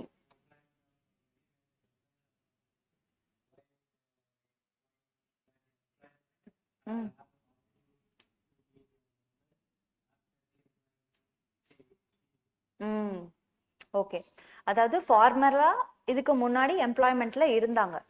Where persons who having been formally in employment of the company were members of the company while in that employment and have contributed and have continued to be members after employment ceased. அதாவது employment முடிஞ்சதுக்கு அப்புறமும் வந்துட்டு they are contributing. அப்படி அதுக்கு முன்னாடி farmer employees இருப்பாங்கல்ல கம்பெனில, அவங்களையும் கண்டினியூ கவுண்ட் பண்ணக்கூடாது. அந்த எம்ப்ளாய்மெண்ட் சீஸ் ஆனதுக்கு அப்புறமும் ஏதாவது கான்ட்ரிபியூட் பண்ணியிருந்தா அவங்களையும் எடுத்துக்க கூடாது. ஸோ டோட்டலா எம்ப்ளாயீஸை எடுத்துக்க கூடாது கணக்குல. மொத்தமா அவங்க முன்னாடி இருந்தாங்களோ பின்னாடி இருந்தாங்களோ that is not our purpose. அந்த 200 கவுண்ட்ல நம்ம எடுத்துக்க மாட்டோம். ஸோ இதுதான். அதுக்கு அடுத்தது very important point is the third point. prohibits any invitation to public to subscribe for any securities of the company. So இது இந்த பாயிண்ட் யாருக்கு அப்ளை ஆகும்? பப்ளிக் லிமிடெட் கம்பெனிக்கு தான் அப்ளை ஆகும். ஸோ இது பிரைவேட் லிமிடெட் கம்பெனின்னு இருக்கும்போது பப்ளிக்கிட்ட நம்ம வந்து சப்ஸ்கிரிப்ஷன் ஃபார் த செக்யூரிட்டிஸ் கேட்போமா? கேட்க மாட்டோம் இல்லையா? ஸோ எல்லாமே நம்ம பணம், நம்ம தான் வந்துட்டு we need to figure out everything. So இதுதான் the very important condition. Invitation to the public to subscribe for any securities is not applicable to private company. ஓகேவா? ஸோ என்டையரா பிரைவேட் கம்பெனியில் ஒரு பேசிக் பிக்சர் கிடைச்சதா? கீ பாயிண்ட்ஸ் சொல்லலாமா? யாராவது ஒருத்தர் பார்த்தே சொல்லலாம். பார்த்து சொல்லலாமா?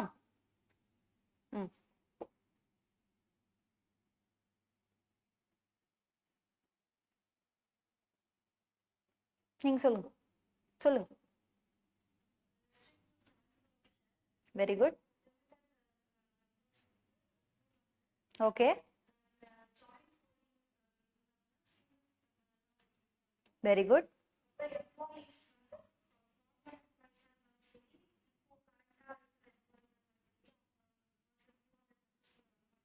ஓ, வெரி குட். கேட்கக்கூடாது அவங்க கிட்ட. ஓகேவா? So very good. அவ்வளோதான். இந்த மாதிரி சிம்பிள் தமிழில் உங்கள் மைண்டில் ஏறிடுச்சுன்னா நீங்கள் மறக்க மாட்டீங்க. இதில் ஒரே ஒரு ஆஸ்பெக்ட் என்ன, இப்போ நீங்கள் எல்லா பாயிண்ட்டுமே அழகாக ஞாபகம் வச்சு சொன்னீங்க, இதை மறக்கக்கூடாது. ஸோ அதுக்கு நம்ம என்ன பண்ணணும்? we need to revise. எனக்கும் அந்த ரிவிஷன் இஸ் அப்ளிகபிள். அப்போ தான் என்னைக்கு கேட்டாலுமே ப்ரைவேட் கம்பெனின்னா இந்த பாயிண்ட்ஸ் ஞாபகம் வரணும். ஓகேவா? ஸோ ரிவிஷன் தான் நம்மளை வந்து அந்த ப்ராக்டிஸ்லயே வச்சிருக்கோம். அப்போ தான் நம்மளுக்கு எதுவுமே மறக்காது. ஸோ ரிவிஷன் வந்துட்டு லைட்டாக மட்டும் தயவு செஞ்சு எடுத்துக்காதீங்க. நெக்ஸ்ட் கிளாஸ் வந்து மேம் ஃபர்ஸ்ட் ஒரு 15 minutes 20 minutes அதே அரைச்சமாவே அரைக்கிறாங்க அப்படின்ற கமெண்ட் மட்டும் சொல்லாதீங்க. That is for your well wish. ஓகேவா? அந்த ஒரு 15 minutes ஆஃப் ரீகேப் நான் கொடுக்கறது உங்களுக்கு எக்ஸாம் டைம்ல எவ்வளோ, இப்போ நான் பேசுறதெல்லாம் ஜஸ்ட் இப்போ இப்படி தெரியும், எக்ஸாம் டயத்துல டக்குன்னு ஸ்ட்ரைக் ஆகும். அப்ப சொன்னாங்க அந்த லைனை எழுதி வச்சா ஒரு மார்க் கிடைக்கும். ஓகேவா? அந்த 15 minutes பிரஷ் அப் மட்டும் ப்ளீஸ் எந்த ஒரு விதத்துக்காக வேண்டாம் அப்படின்றத மட்டும் சொல்லாதீங்க. ஓகேவா? 15 minutes to 20 minutes ப்ரீவியஸ் கிளாஸோட ரீகேப் கண்டிப்பா இருக்கும். நீங்களே வாலண்டியரா பண்ணி நான் கேட்குற கொஸ்டின்ஸ்க்கு ஆன்சர் பண்ணலாம். இல்லைன்னா ஸ்பெசிஃபிக்கலா I will point out and ask questions. ஓகேவா? திட்டுறது வெளியே அனுப்புறது இதெல்லாம் கிடையாது. படிச்சுட்டு வாங்கன்னு, நீங்க எத்தனை தடவை படிச்சுட்டு வரலனாலும் படிச்சுட்டு வாங்கன்னு தான் சொல்வேன். ஓகேவா? அதனால கொஞ்சம் என்னோட கோஆப்ரேட் பண்ணீங்கன்னா கிளாஸ்லயே படிச்சுட்டு போயிடலாம். தனியா லாக்கு ஒரு 15 days டைம் டேபிள்ல போட்டு உட்காந்து 3:30 to 5:30 லா அது மதியம் தூக்கம் வர நேரத்துல டைம் டேபிள் போட்டு கஷ்டப்பட்டு படிச்சு அதெல்லாம் வேண்டாம். அழகா கிளாஸ்லயே படிக்கலாம், கிளாஸ்லயே முடிக்கலாம், டெஸ்டிங் எழுதலாம், கரெக்ஷன்ஸ் உங்களோட மார்க்ஸ் வாங்கிக்கலாம், நீங்க பாட்டுக்கு எக்ஸாமுக்கு போகலாம். ஓகேவா? லால அதே மாதிரி நான் ஃபர்ஸ்ட் இன்ட்ரடக்ஷன்ல சொன்ன மாதிரி law is a scoring paper. It is 60 marks with respect to law. நல்லா ப்ரிப்பேர் பண்ணியிருந்தீங்கன்னா ஈஸியா எடுக்கலாம். அந்த 60 marks உங்களுக்கு அக்கௌண்ட்ஸ்லயோ இல்ல டைரக்ட் டேக்ஸ்லயோ உங்களுக்கு கால வர்றாங்க பத்தியா பாத்தீங்களா கொஸ்டின் பேப்பர்ல, அப்ப இந்த மார்க் காப்பாத்தும் 60 markன்றது. இதுல போடுறதுல ஏதாவது இப்ப டைரக்ட் டேக்ஸ்ல ஒரு காம்ப்ளெக்ஸ் சம் சால்வ் பண்றதுல அது எப்படி, இதுல ஒரு பிரைவேட் லிமிடெட் கம்பெனினா இந்த பாயிண்ட்ஸ் ஞாபகம் வச்சுக்கணும் அப்படின்னு படிக்கிறது எப்படி, எது ஈஸி? இது ஈஸி இல்லையா? ஓரளவுக்கு கம்பேர் பண்ணும்போது ஈஸி. ஸோ அதை வந்து கரெக்டாக பண்ணிடலாம். ஓகேவா? So okay fine. ஸோ 262 முடிச்சிட்டோம் மெம்பர்ஸ், 268 முடிச்சாச்சு, and 271 public limited company, public company 271. So public company is a very short. Public company definition பார்த்தீங்களா? Public company means a company which is not a private company. So நம்மளோட இன்ஸ்டிடியூட்டோட definitions எல்லாமே அப்படிதான் இருக்கும். Company means a company அப்படின்னு எழுதுவாரு. Okay. So public company means a company which is not a private company and it has a minimum paid up share capital as may be prescribed. So prescribe பண்ண share capital இருக்கணும். எவ்வளோன்றத later on we will tell. ஓகேவா? And provided that the subsidiary of a public company shall be deemed to be the public company for the purpose of this act, even where such subsidiary company continues to be a private company in its articles. இது ஒரு முக்கியமான விஷயம். இதோட அர்த்தம் என்ன அப்படின்னா, ஒரு public company இருக்கான், அவன் வந்து ஒரு ஹோல்டிங் கம்பெனி. ஓகேவா? அவனுக்கு ஒரு சப்சிடரி கம்பெனி இருக்கான், அவனோட ஆர்டிகல்ஸ் ஆஃப் அசோசியேஷன் ஒன்று இருக்கும் இல்லையா எல்லா கம்பெனிக்கும், அதுபடி அவன் வந்து ஒரு பிரைவேட் லிமிடெட் கம்பெனி. ஓகேவா? அப்படி இருக்கலாமா? இருக்கும். ஓகேவா? அவனோட ஆர்டிகல்ஸ் ஆஃப் அசோசியேஷன் படி subsidiary company is a private company. But for the purpose of the companies act நம்ம அவனை எப்படி கன்சிடர் பண்ணுவோம்னா பப்ளிக் லிமிடெட் கம்பெனியாக தான் கன்சிடர் பண்ணுவோம். அதுதான் இதோட டெஃபினிஷன். ஈவன் தோ த பிரைவேட் லிமிடெட் கம்பெனி அவனோட ஆர்டிகல்ஸ் படி பிரைவேட் லிமிடெடா இருந்தாலும் அந்த சப்சிடரியை we will be counting it as a public company for the purpose of the Companies Act. இதுதான் அதோட டெஃபினிஷன். ஸோ அண்டர்ஸ்டுடா? புரிஞ்சுதா? ஏதாவது டவுட்ஸ் இருக்கா? திரும்ப இதை கிளாரிஃபை பண்ணணுமா?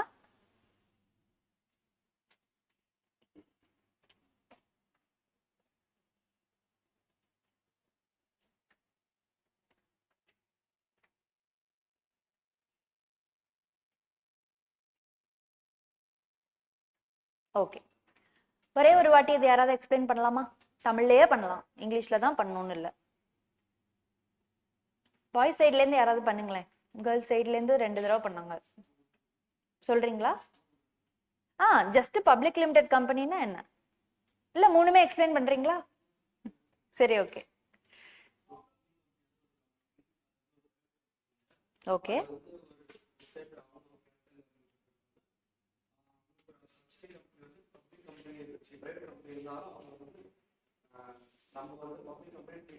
வெரி குட், அவ்வளோதான். ஸோ இந்த மாதிரி படிச்சா போதும். இப்போ படிக்கும்போது இங்கிலீஷ்ல படிச்சுட்டு அதை தமிழ்ல அண்டர்ஸ்டாண்ட் பண்ணிட்டீங்கன்னா இங்கிலீஷ்ல எழுதிடலாம். ஓகேவா?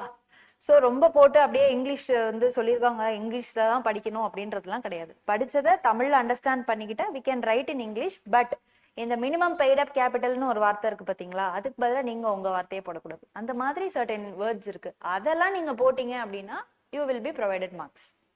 ஓகேவா? Fine. So public company. So இப்போ நம்ம கம்பெனியோட டெஃபினிஷனை 2ஆ பிரிச்சோம், 3ஆ பிரிச்சோம். அதுல 2 பார்ட் கவர் பண்ணியிருக்கோம். ஃபர்ஸ்ட் பார்ட் என்ன படிச்சோம்? கண்ட்ரோல். செகண்ட் பார்ட் என்ன படிச்சோம்? Membership or members. Then the third part is liability.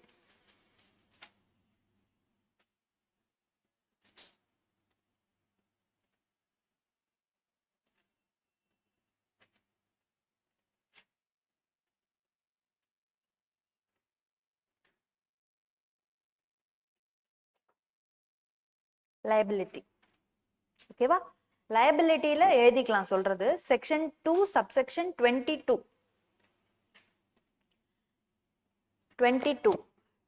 is nothing but limited by shares. Company limited by shares. Section 2 subsection 21 next. Company limited by guarantee.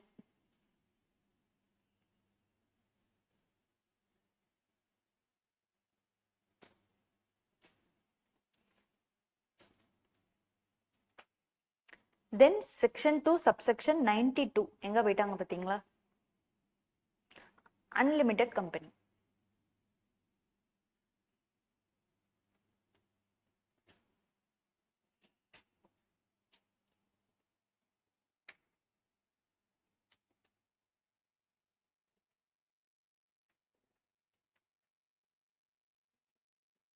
Okay, right. Okay, fine. நீங்களே உங்களை figure out பண்ணிக்கலாம். Okay, fine.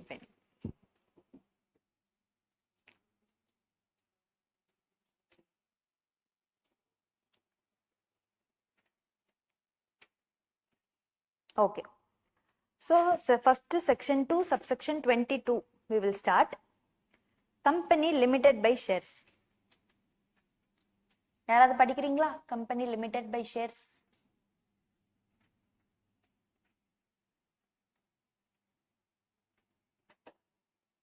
படிங்க, கையெல்லாம் தூக்க வேண்டாம், நீங்க பாட்டு sound கொடுக்கலாம்.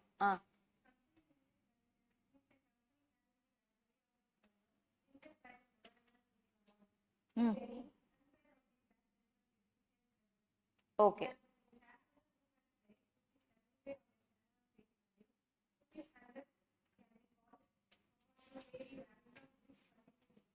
ஓகே. ஸோ படிச்சப்பே உங்களுக்கு அண்டர்ஸ்டாண்ட் ஆயிருக்கும்.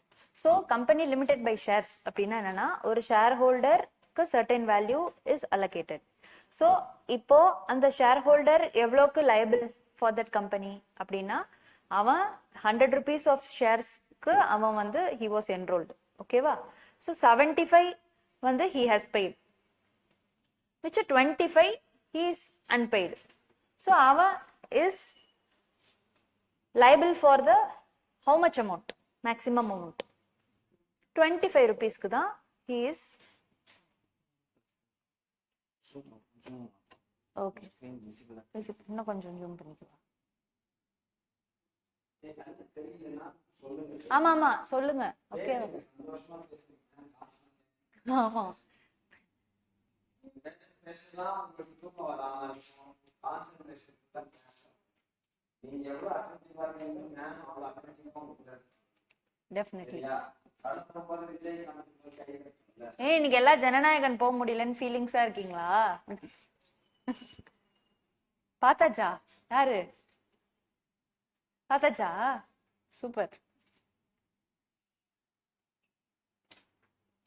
Okay, company limited by shares பார்த்துட்டு இருந்தோமா? So face value of 100க்கு he was enrolled, he was paid 75. So how much he is maximum liable for the remaining 25?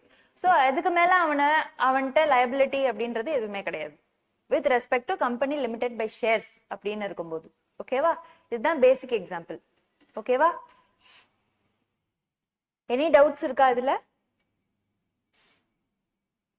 அந்த பேசிக் அமௌண்ட் எதுல என்டர் பண்ணிருப்பாங்க? இவன் வந்து இவ்வளோக்கு என்ரோல் ஆயிருக்கான் அப்படின்றத எதுல எழுதியிருப்பாங்க? கம்பெனில அதுலயே கொடுத்துருக்காங்க, படிங்க. மெமராண்டம்ல எழுதியிருப்பாங்க. Memorandum.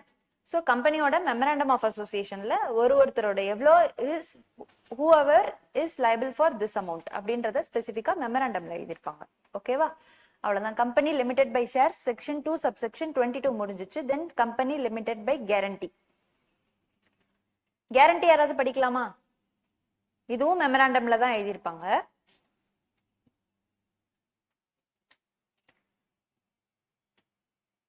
Means a company having the liability of members limited to the memorandum to such amount as the members may respectively undertake to contribute the assets of the company in the event of being wound up. So company wind up ஆகும்போது ஒரு asset இருக்கும், கம்பெனில assets இருக்கும், அதுக்கு இவ்வளோ certain amount நீங்க contribute பண்ணுங்க அப்படின்னு சொல்லி நம்ம வந்து கேட்போம். எவ்வளோ கான்ட்ரிபியூட் பண்ணணும் at the time of winding up அப்படின்றத மெமராண்டம்ல எழுதியிருப்பாங்க. ஓகேவா? ஸோ ஏன் வந்து அண்டர்டேக் அதாவது நம்ம வந்து இந்த அசெட்ஸ்க்கு வந்து கான்ட்ரிபியூட் பண்ணணும் வைண்ட் அப் ஆகும்போது? ஏன், எதனால, இந்த ரீசன் ஏதாவது ஒரு ஐடியா இருக்கா? சொல்லுங்க, ஏதோ சொல்ல வரீங்க நீங்க தான். ஓகே, கரெக்ட் தான். ஸோ கம்பெனின்றது வைண்ட் அப் ஆகும்போது கம்பெனி லிமிடெட் பை கேரண்டி அப்படின்னு இருக்கிறான். கேரண்டினாலே என்ன அர்த்தம்? ஒருத்தரை வந்து நம்ம வந்து கேரண்டி பண்ணி we are saving them, அதுதான். So at the time of guarantee அப்படின்னாலே வைண்ட் அப்ன்ற வார்த்தை ஞாபகம் வந்துடணும். ஓகேவா? ஸோ வைண்ட் அப் ஆகும்போது we are contributing to the assets of the company. யாரு? certain members. அந்த மெம்பர்ஸ் எதுல என்ரோல் ஆயிருப்பாங்க? மெமராண்டம்ல தெளிவா கொடுத்துருப்பாங்க. ஸோ இந்தந்த மெம்பர்ஸ் கம்பெனி இந்த மாதிரி வைண்ட் அப் ஆகும்போது இவ்வளோ கான்ட்ரிபியூட் பண்ணுவாங்க அப்படின்றது. ஸோ இதுதான் கம்பெனி லிமிடெட் பை கேரண்டி. ஓகேவா? So company limited by shares பார்த்துட்டோம், கேரண்டி பார்த்துட்டோம், and unlimited company. Online students ஓகேவா? One more time please put something like fine, everything is fine. Any doubt? Gautam, Vimal? Okay. Okay, done. Unlimited company, section 92 போயிடலாம்.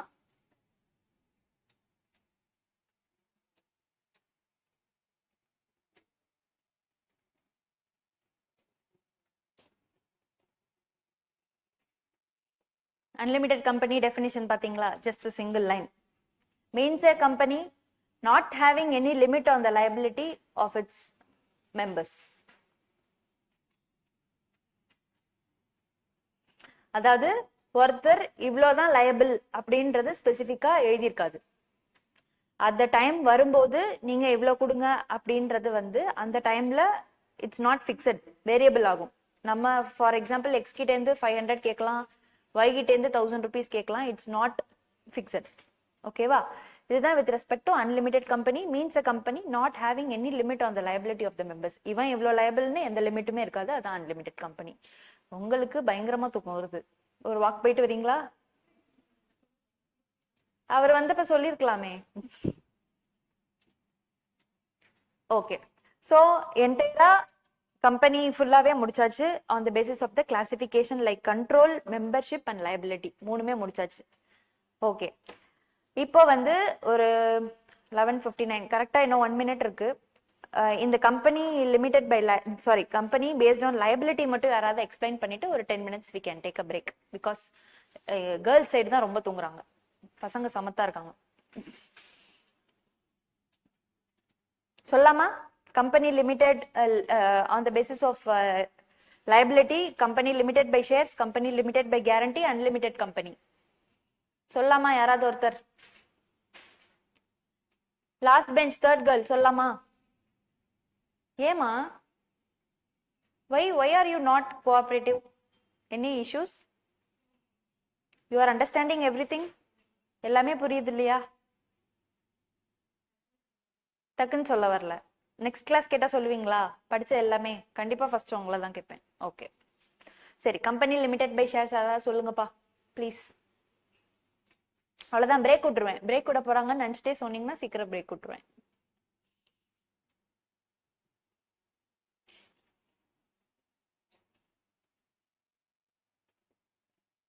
Company limited by shares, ஷேர்ஸ்ல என்ன பார்த்தோம்? Certain amount of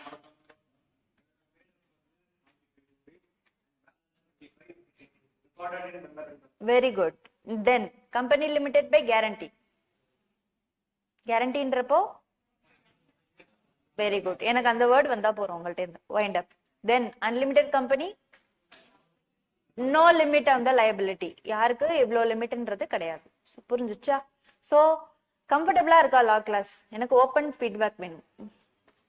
கம்ஃபர்டபுளா இருக்கா? எதுவும் வந்துட்டு ரொம்ப ஸ்பீடா போற மாதிரி அந்த மாதிரி ஏதாவது இருக்கா உங்களுக்கு? உங்களோட ஸ்பீடுக்கு தானே ஓரளவுக்கு இருக்கு. ஏதாவது ஸ்லோ பண்ணிக்கணும் மேடம், கொஞ்சம் இன்னும் கொஞ்சம் சொல்லுங்க, பொறுமையா சொல்லுங்க அப்படின்னு சொன்னா ஐ வில் கரெக்ட். ஓகேவா? எதுவா இருந்தாலும் சொல்லலாம். ஓகே ஓகே, ஒரு 12 12:10 வரைக்கும் பிரேக் போய்க்கலாம். ஓகே, போயிட்டு வாங்க. தென் we will continue.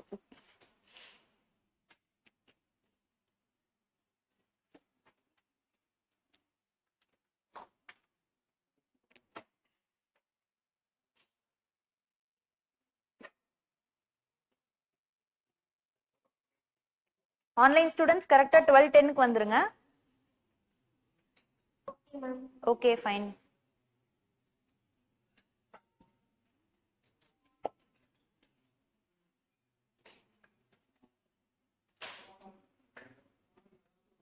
போலாம், வெளியில போயிட்டு வரலாம். 10 மினிட்ஸ் இருக்கு.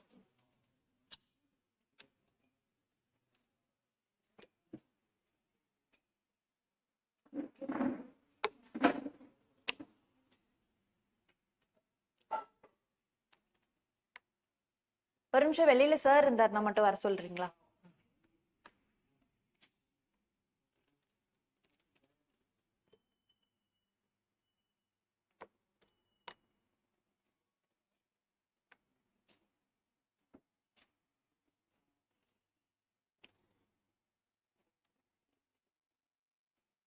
நீங்க போயிட்டு வாங்க வெளியே, உங்களுக்கு தானே குளிருது. அப்புறம் இங்கேயே உட்கார்ந்து இருந்தீங்கன்னா ஒரு ஒரு வாக் போயிட்டு வாங்க. புரியல? வேண்டாமா?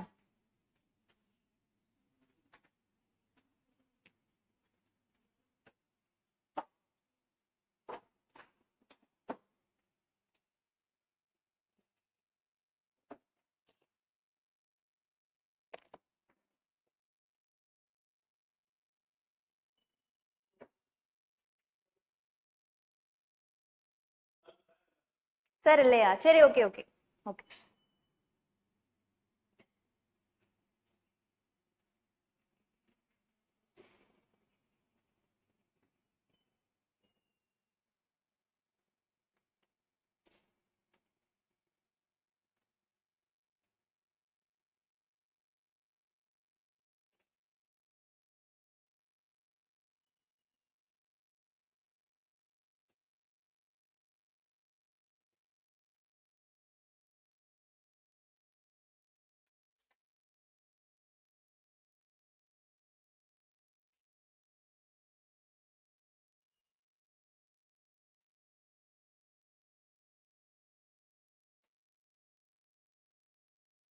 நீங்கள் எல்லாருமே டைரக்ட் என்ட்ரியா?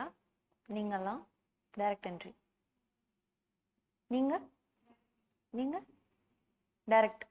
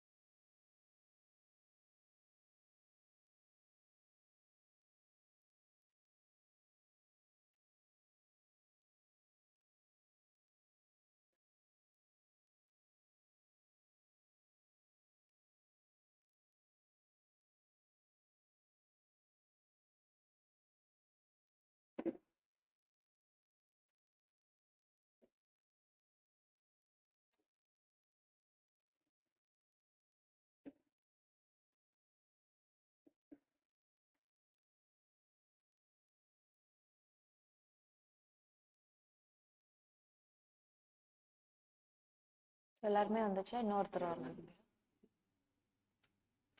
அவ்வளவுதானா? இங்க யாருமே இல்லையோ அப்பல இருந்து? Okay okay.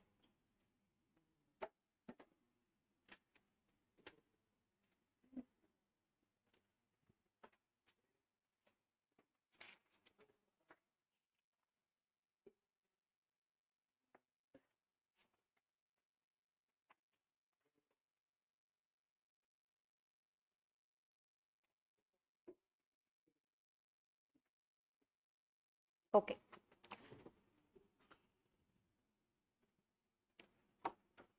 ஸோ ஆன்லைன் எல்லாரும் வந்தாச்சா?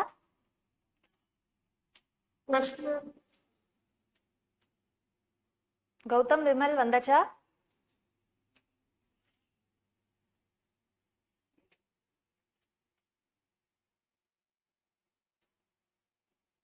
ஓகே சரி, okay. So let start. So இவ்வளோ நேரம் கம்பெனி ஃபுல்லாக கம்பெனி ஷேர்ஸ் கேரண்டி இப்படி பார்த்தோம்.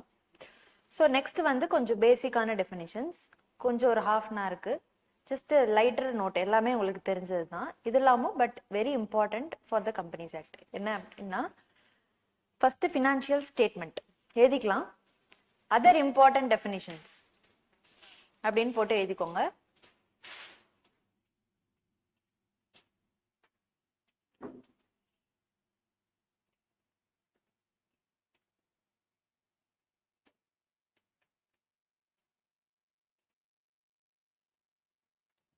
Section 2 subsection 40 சொல்றதெல்லாம் எழுதிடலாம். அதே மாதிரி அப்புறம் ஒன்று ஒன்றா பார்க்கலாம். தென் எழுதியாச்சா? ஃபினான்ஷியல் ஸ்டேட்மெண்ட் செக்ஷன் 2 சப்செக்ஷன் 40, 2 பிராக்கெட்ல 40.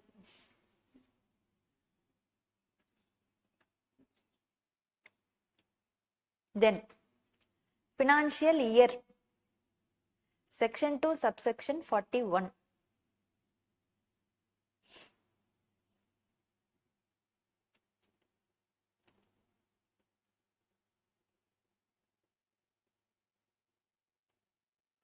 Then relative section 2 subsection 77.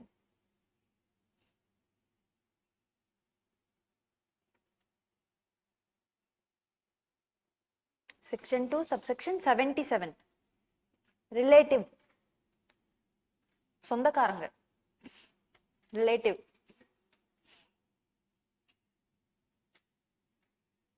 Then Section 2 subsection 76. Related party. Related party.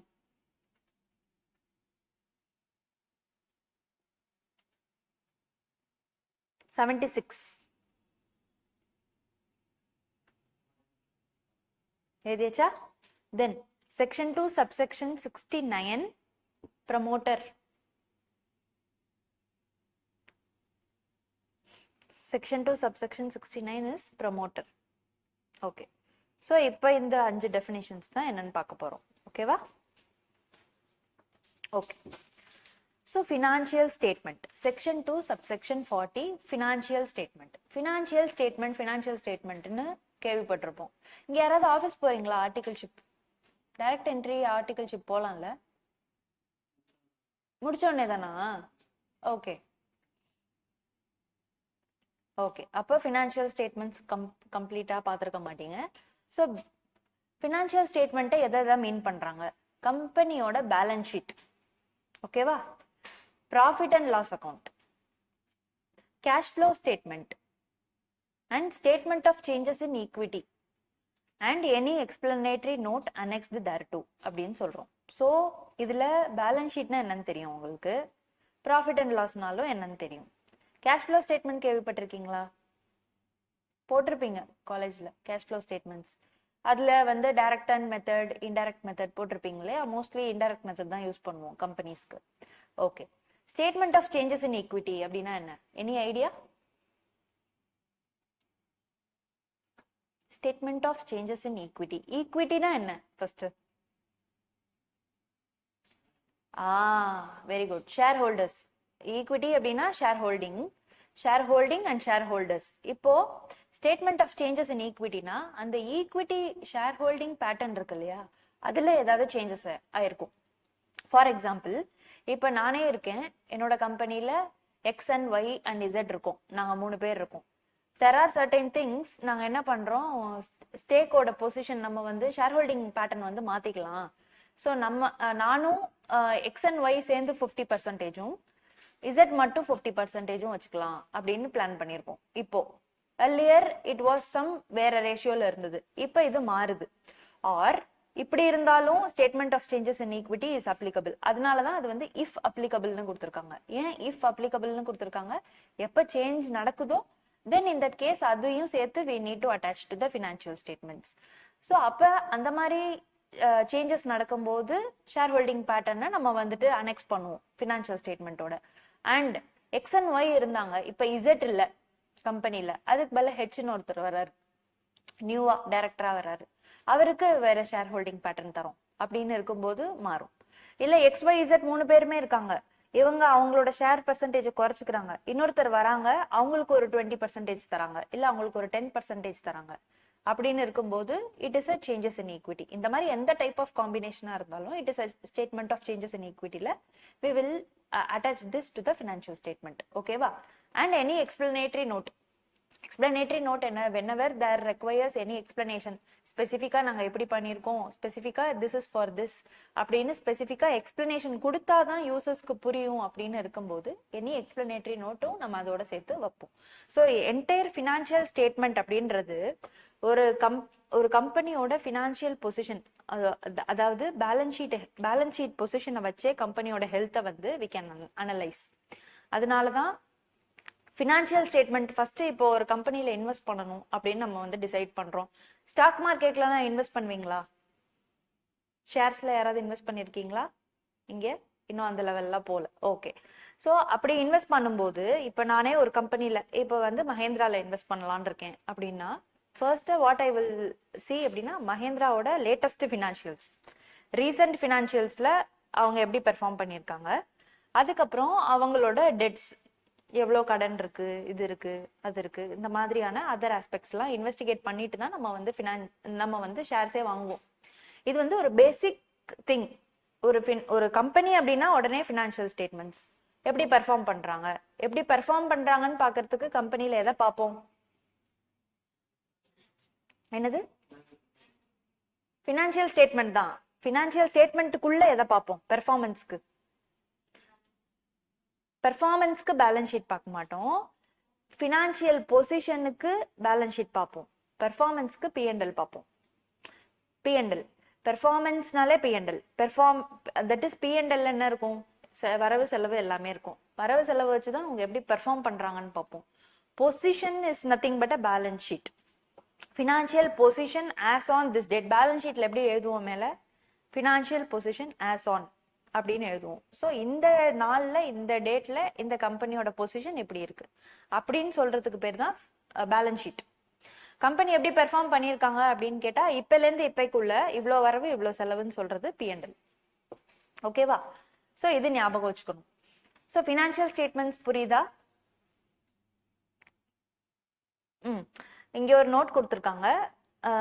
Provided that the financial statement with respect to one-person company, small company, dormant company, private company, that is a startup private company, may not include the consolidated financial statements. CFS is nothing but consolidated financial statements. அதாவது consolidated financial statements ஒன்று போடுவோம். யார் போடுவா? Just இதெல்லாம் ஒரு basic knowledge class தான் இது. இதெல்லாம் எக்ஸாம்ல வருமானா வராது. This is just for your knowledge. Consolidated financial ஸ்டேட்மெண்ட்ஸ்னா என்ன தெரியுமா? Any idea? கன்சாலிடேட்டட் ஃபினான்ஷியல் ஸ்டேட்மெண்ட்ஸ்ன்றது அதாவது ஒரு ஹோல்டிங் கம்பெனி இருக்கான். மோஸ்ட்லி கன்சாலிடேட்டட் ஃபினான்ஷியல் ஸ்டேட்மெண்ட்ஸ் அவன் தான் ப்ரிப்பேர் பண்ணுவான். என்னத்தெல்லாம் கன்சாலிடேட் பண்ணுவான்? அவனோட சப்சிடரி, நம்ம சொன்னோம்ல ABC, அவனுக்குன்னு சப்சிடரி இருந்துச்சு, அதை எல்லாத்தையும் சேர்த்து ஹோல்டிங் கம்பெனி எல்லாத்தையும் சேர்த்து he will consolidate and prepare the financial statements. ஓகேவா? with respect to one person company, small company, dormant company, private company, இவங்களெல்லாம் ஃபினான்ஷியல் ஸ்டேட்மெண்ட்ல கன்சாலிடேட்டட் ஃபினான்ஷியல் ஸ்டேட்மெண்ட்டையும் ஃபினான்ஷியல் ஸ்டேட்மெண்ட்ஸ்குள்ள இன்க்ளூட் பண்ணல அப்படின்னு சொல்லியிருக்காங்க. யார் யாருக்கெல்லாம்? இவங்களுக்கெல்லாம் OPC, small company, dormant company, private கம்பெனிக்கெல்லாம் ஃபினான்ஷியல் ஸ்டேட்மெண்ட்ஸ்னா கன்சாலிடேட்டட் ஃபினான்ஷியல் ஸ்டேட்மெண்ட்டும் சேர்த்து கிடையாது. வெறும் balance sheet, P&L, cash flow, statement of changes in equity and any other explanatory note. இது மட்டும்தான் ஃபினான்ஷியல் ஸ்டேட்மெண்ட்ஸ். ஓகேவா? ஸோ ஃபினான்ஷியல் ஸ்டேட்மெண்ட்ஸில் ஏதாவது டவுட் இருக்கா?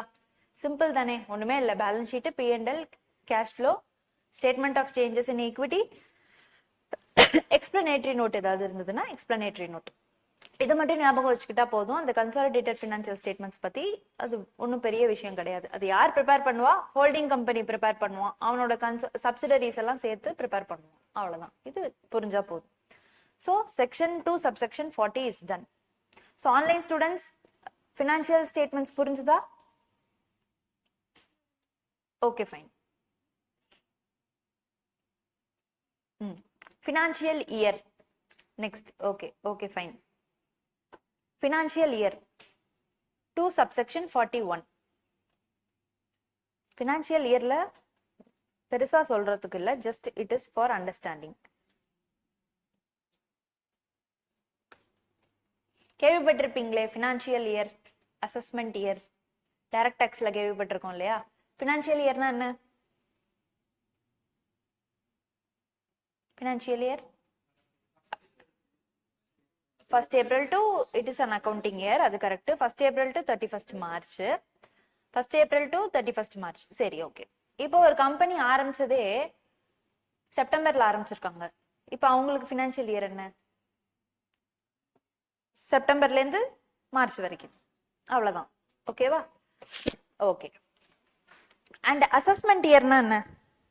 ஃபினான்ஷியல் இயர் தான் இப்போ ரெலவெண்ட். அசஸ்மெண்ட் இயர்ன்றது இப்போ அதாவது ஃபார் எக்ஸாம்பிள் இப்போ நம்ம 25-26ல 1st April 2025லேருந்து 31st March 2026 வரைக்கும் இருக்கிறது ஃபினான்ஷியல் இயர்னு இப்போ நான் சொல்றேன். அப்படின்னா அதை வந்து அடுத்த வருஷத்தோட அக்கௌண்டிங் இயர் இதே மாதிரி வருதுல்ல, அதில் அசஸ் பண்ணுவாங்க அவங்களோட இன்கம். அது வந்து டைரக்ட் டாக்ஸ்க்கு ரெலவெண்ட். அதெல்லாம் டைரக்ட் டாக்ஸ்ல ஃபர்ஸ்ட் பேசிக் இன்ட்ரடக்ஷன் கிளாஸே ஃபினான்ஷியல் இயர் அக்கௌண்டிங் இயர் தான். Just I wanted to let you know. Assessment year, financial year புரிஞ்சுதா? அதாவது 24, 25, 26ல நடந்ததை 26, 27ல அசஸ் பண்ணுவாங்க. படிச்சிருக்கோம்ல, அது தெரியும் இல்லையா உங்களுக்கு? இல்லை நீங்க தெரியாத மாதிரி இது பண்றீங்களா? அதனால வந்து புதுசா கேட்குற மாதிரி யூ ரியாக்டட், அதனால ஜஸ்ட் கேட்டேன். Okay fine. So financial year. Financial year is nothing but an accounting year that is ending on March. If a company has started their operations only on late after that October or September start பண்ணிருந்தாங்க அப்படின்னா then the date the company started their operations till that March is the accounting year. புரிஞ்சுதா? financial year and accounting year இது புரிஞ்சு போச்சு. Okay. then ரொம்ப முக்கியமான definition relative, section 2 subsection 77.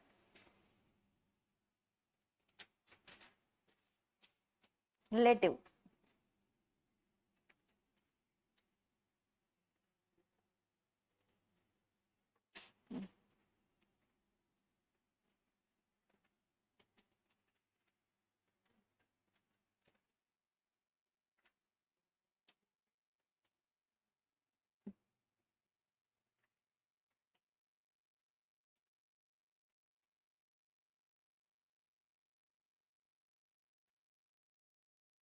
Okay. So ரிலேட்டிவோட definition ஏன் படிக்கிறோம்? எனி ஐடியா இருக்கா? ஏன் இப்போ உட்காந்து யார் யார் ரிலேட்டிவ்னு இங்கே கம்பெனிஸ் ஆக்டில் உட்காந்து படிச்சுட்டு இருக்கோம்? ஏதாவது ஐடியா இருக்கா? இருக்காது? எது வந்து இது யூஸ் ஆகும், ஏன் எந்த இடத்துல யூஸ் ஆகும், அந்த மாதிரி ஏதாவது ஒரு இன்ட்யூஷன் இருக்கா? எங்க எப்போ அந்த மாதிரி சில இடம்தான் வரும். அதாவது ஏன் அப்படின்னா ரிலேட்டிவோட டெஃபினிஷன் ஏன் படிக்கிறோம் அப்படின்னா there are certain restrictions கம்பெனிஸ் வைக்கும்போது. இப்போ நானே இருக்கேன், கம்பெனி வச்சிருக்கேன், அண்ட் என்னோட husband is also one of the director of the company. So இந்த மாதிரி இருக்கும்போது there are additional disclosures we need to disclose to the government. So நாங்கள் கம்பெனி வச்சிருக்கிறது this and this, we are related parties, we are relatives அப்படின்றதெல்லாம். So for எந்த type of ஃப்ராட்ஸும் நடக்காம இருக்கிறதுக்கு நிறைய அடிஷ்னல் டிஸ்க்ளோஷர்ஸ் சில இடத்துல ரிலேட்டிவ்ஸ்னா தரணும். அண்ட் சில இடத்துல அப்ரப்டாவே கம்பெனிஸ் ஆக்ட் என்ன பண்ணுவாங்கன்னா transactions between these relatives and related பார்ட்டின்னு நெக்ஸ்ட் டெஃபினேஷன் சொல்லியிருக்கேன். Relatives and related parties transactions அப்ரப்டாவே தே வந்துட்டு கட் பண்ணுவாங்க, பண்ணக்கூடாது, இந்த டைப் ஆஃப் டிரான்சாக்ஷன்ஸ் பண்ணக்கூடாது, it is not within the ambit of the Companies Act அப்படின்றத ஸ்பெசிஃபிக்கா எக்ஸ்பிளிசிட்டா சொல்லிடுவாங்க. ஸோ ரிலேட்டிவ்னா என்னன்னு தெரியணும். ஸோ இப்போ நம்ம நெக்ஸ்ட் சாப்டர் படிக்கும்போது this is not applicable for relatives இந்த type of transaction certain set கொடுத்துட்டு கீழே ஒரு நோட்டு கொடுத்துருப்போம், this is not applicable for relatives. அப்படின்னா இந்த ரிலேட்டிவ்ஸ் வந்து இப்போ நான் சொல்ற ரிலேட்டிவ்ஸ்க்கு நடுவில் இது நடந்திருக்க கூடாது. நடந்திருந்தா தென் இட் இஸ் பெனால்டி. அதனால நம்ம வந்து ரிலேட்டிவ்னா யாரு அப்படின்றத படிக்க வேண்டிய சிச்சுவேஷன். புரிஞ்சுதா? ஏன் ரிலேட்டிவ்ன்றத படிக்கணும்? ஸ்பெசிஃபிக்கா சர்டைன் அப்ரப்டா சர்டைன் டிரான்சாக்ஷன்ஸ் பண்ணக்கூடாதுன்னு சில இடத்துல சொல்லியிருப்பாங்க. ஆர் சில இடத்துல சீலிங் லிமிட் இருக்கும், 50,000 வரைக்கும் தான் நம்ம டீல் பண்ணலாம், 50,000க்கு மேல இந்த ரிலேட்டிவ்ஸ் டீல் பண்ணக்கூடாது அப்படின்னு சர்டைன் லிமிட்ஸ் கொடுத்துருப்பாங்க. சில இடத்துல நீங்க வந்து ஒரு டிஸ்க்ளோஷர் மட்டும் கொடுத்துட்டு இந்த டிரான்சாக்ஷன்ஸ் பண்ணிக்கோங்கன்னு சில இடத்துல சொல்லியிருப்பாங்க. ஸோ அந்தந்த இடத்துக்கு தகுந்தாப்புல வி நீட் டு அசஸ் எது எது எப்படி அப்ளிகபிள்னு. So relative. So with respect to the relative பார்க்கும்போது ஹெச்யூஎஃப்னா தெரியுமா? தெரியும்ல, ஹிந்து அன்டிவைடட் ஃபேமிலியில அவங்களோட மெம்பர்ஸ் எல்லாருமே ரிலேட்டிவ் தான். ஓகேவா? And they are husband and wife or one person is related to another in the prescribed manner. எப்படி அந்த அது வந்து டீடைல்டா மேப்பா இங்க கொடுத்துருக்காங்க. ஸோ ரிலேட்டிவ்ஸ்னா நம்ம என்ன சொல்லுவோம்? யார் யாரு? ஃபாதர் மதர், ஓகேவா, சன்னு டாட்டர், ஜென்ரலா ரிலேட்டிவ்ஸ். இப்போ father includes step father also, mother includes step mother also, son includes step son also. ஓகேவா? சன் வரைக்கும் வந்துட்டோம். சன்னோட ஒய்ஃபும் ரிலேட்டிவ் தான். யார் யார் வந்திருக்கோம்? ஃபாதர் வந்துட்டோம், மதர் வந்துட்டோம், சன் வந்துட்டோம். இது எல்லாத்துலயுமே step father, step mother, step son வரைக்கும் உண்டு. சன்னோட ஒய்ஃப் ரிலேட்டிவ், இது எல்லாருமே ரிலேட்டிவ். தென் டாட்டருக்கு வரும். டாட்டர் இன்க்ளூட் ஸ்டெப் டாட்டரும் சரி, டாட்டரோட husband and brother. Brother also include step brother, sister include step sister. So எல்லாமே வந்துட்டோம், அதோட ஸ்டெப்பும் வந்துருச்சு. புரிஞ்சிடுச்சா? ஸ்டெப் இதுவும் வந்துருச்சு. ஓகேவா? பாத்துக்கிட்டீங்களா? ஸோ ஃபாதர் மதர் பிரதரும் வந்தாச்சு, சிஸ்டரும் வந்தாச்சு, டாட்டரும் வந்தாச்சு, சன்னும் வந்தாச்சு, டாட்டரோட ஹஸ்பண்டும் வந்தாச்சு, சன்னோட ஒய்ஃபும் வந்தாச்சு. ஸோ எல்லாருமே ரிலேட்டிவ். ஓகேவா? Fine. So any doubts with respect to relative online students? Is it clear?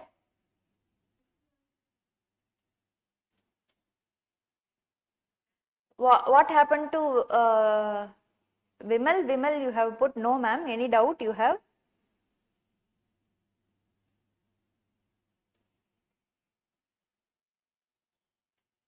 Vimal? Okay, no doubt. He has put no doubt. Okay, fine. So relative முடிச்சிட்டோம், financial year, financial statement முடிச்சாச்சு. Then we are moving forward to related party. ரிலேட்டிவ்க்கும் related பார்ட்டிக்கும் என்ன difference?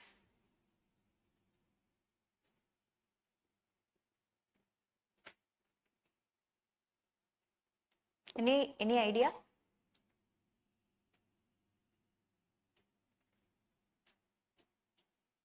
Generally பார்த்தோம் அப்படின்னா ரிலேட்டிவ்ஸ்ன்றது இண்டிவிஜுவலுக்கு நடுவில் we will tell them as relatives. இல்ல, இது வந்து கம்பெனி, ரெண்டு கம்பெனிக்கு நடுவுலன்னு நம்ம சொல்லும் போது ரிலேட்டட் பார்ட்டின்னு சொல்லுவோம். ஃபேமிலி மெம்பர்ஸ்க்கு நடுவில் சொல்லும் போது ரிலேட்டிவ்னு சொல்லுவோம். இப்போ ஒரு பப்ளிக் கம்பெனியும் ஒரு பிரைவேட் கம்பெனியும் ரிலேட்டட் பார்ட்டியா அப்படின்றதப்ப அது வந்து ரிலேட்டட் பார்ட்டின்னு சொல்லுவோம், அவங்கள ரிலேட்டிவ்னு சொல்ல மாட்டோம். ஓகேவா? ரிலேட்டட் பார்ட்டின்னு சொல்லுவோம். Okay okay, 1 minute. ஸோ யாராவது படிக்கலாமா ஒரு இதுவா? ஸோ அப்போதான் எனக்கு எக்ஸ்பிளைன் பண்றதுக்கு ஈஸியா இருக்கும். Director and relatives, entity type படிக்கலாமா யாராவது? ஃபுல்லாவே ஒரு ரவுண்டு அது ஃபுல்லா.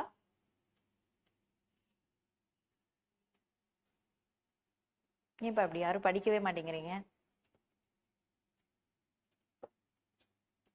கேர்ள்ஸ் சைட்ல இருந்து யாராவது ஜஸ்ட் ரீட் பண்றீங்களா? கையிலேயே ஹேண்ட் அவுட் இருக்கு, அதை பார்த்து கூட படிக்கலாம்.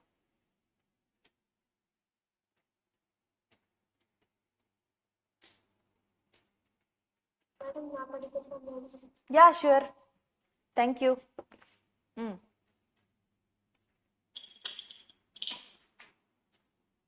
Director and relative. ம் Director or relative. Okay. KMP and relatives. KMP or relative. ம் Firm in which a director, manager or relative is a partner. Okay. Private company in which a director, manager or relative is a member or director. Okay. Public company in which a director or manager is a director and holds along with relatives greater than 2% of PUSC. Okay. Body corporate, BOD, Board of directors. Board of Board of directors or managing directors or manager is accustomed to act as per advice or instruction of director or manager or holding subsidiary or company subsidiary or associate of such company or investing company or venture where investment leads to company becoming associate. Okay. Any person On whose advice or instruction a director or manager is accustomed to act. Other person, independent director, KMP of holding company or relatives of such directors or KMP. Okay fine. So இதில் நிறைய short forms இருக்கும், நிறைய இது இருக்கும். So உங்களுக்கு புரியறது it's கொஞ்சம் difficult. So let me explain ஒன்று ஒன்றா.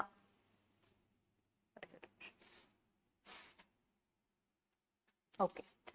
ஸோ மேலே ஹெட்டிங் என்ன கொடுத்துருக்காங்க? Entity type, condition or coverage. எப்போ அதாவது ஒரு டைரக்டர் அண்ட் ரிலேட்டிவ்ஸை எப்போ வந்து ரிலேட்டட் பார்ட்டின்னு சொல்லுவோம்? So when they are related to the other, either அந்த டைரக்டரும் and relatives, either director or relative, யார் ரெண்டு பேர்ல யார் வந்து ரிலேட்டடா இருந்தாலும் then it is they are related party. புரியுதா? கொஞ்சம் டவுட் இருக்கு. யா, இப்போ ஒரு கம்பெனி இருக்கு, ஓகேவா? அந்த கம்பெனியில இப்போ நான் வந்துட்டு ஒரு கம்பெனியோட டைரக்டர், ஓகேவா? இப்போ என்னோட கம்பெனியில ஃபார் எக்ஸாம்பிள் என்னோட பிரதர் இருக்கான், ஓகேவா? அவன் எனக்கு ரிலேட்டிவ். ஸோ இப்போ சொல்லுங்க, இப்போ என்னோட கம்பெனி இருக்கு, நான் என்னோட கம்பெனியில டைரக்டர், என்னோட பிரதரும் என் கம்பெனியில இருக்கான். ஸோ இப்போ பிரதர் எனக்கு என்ன?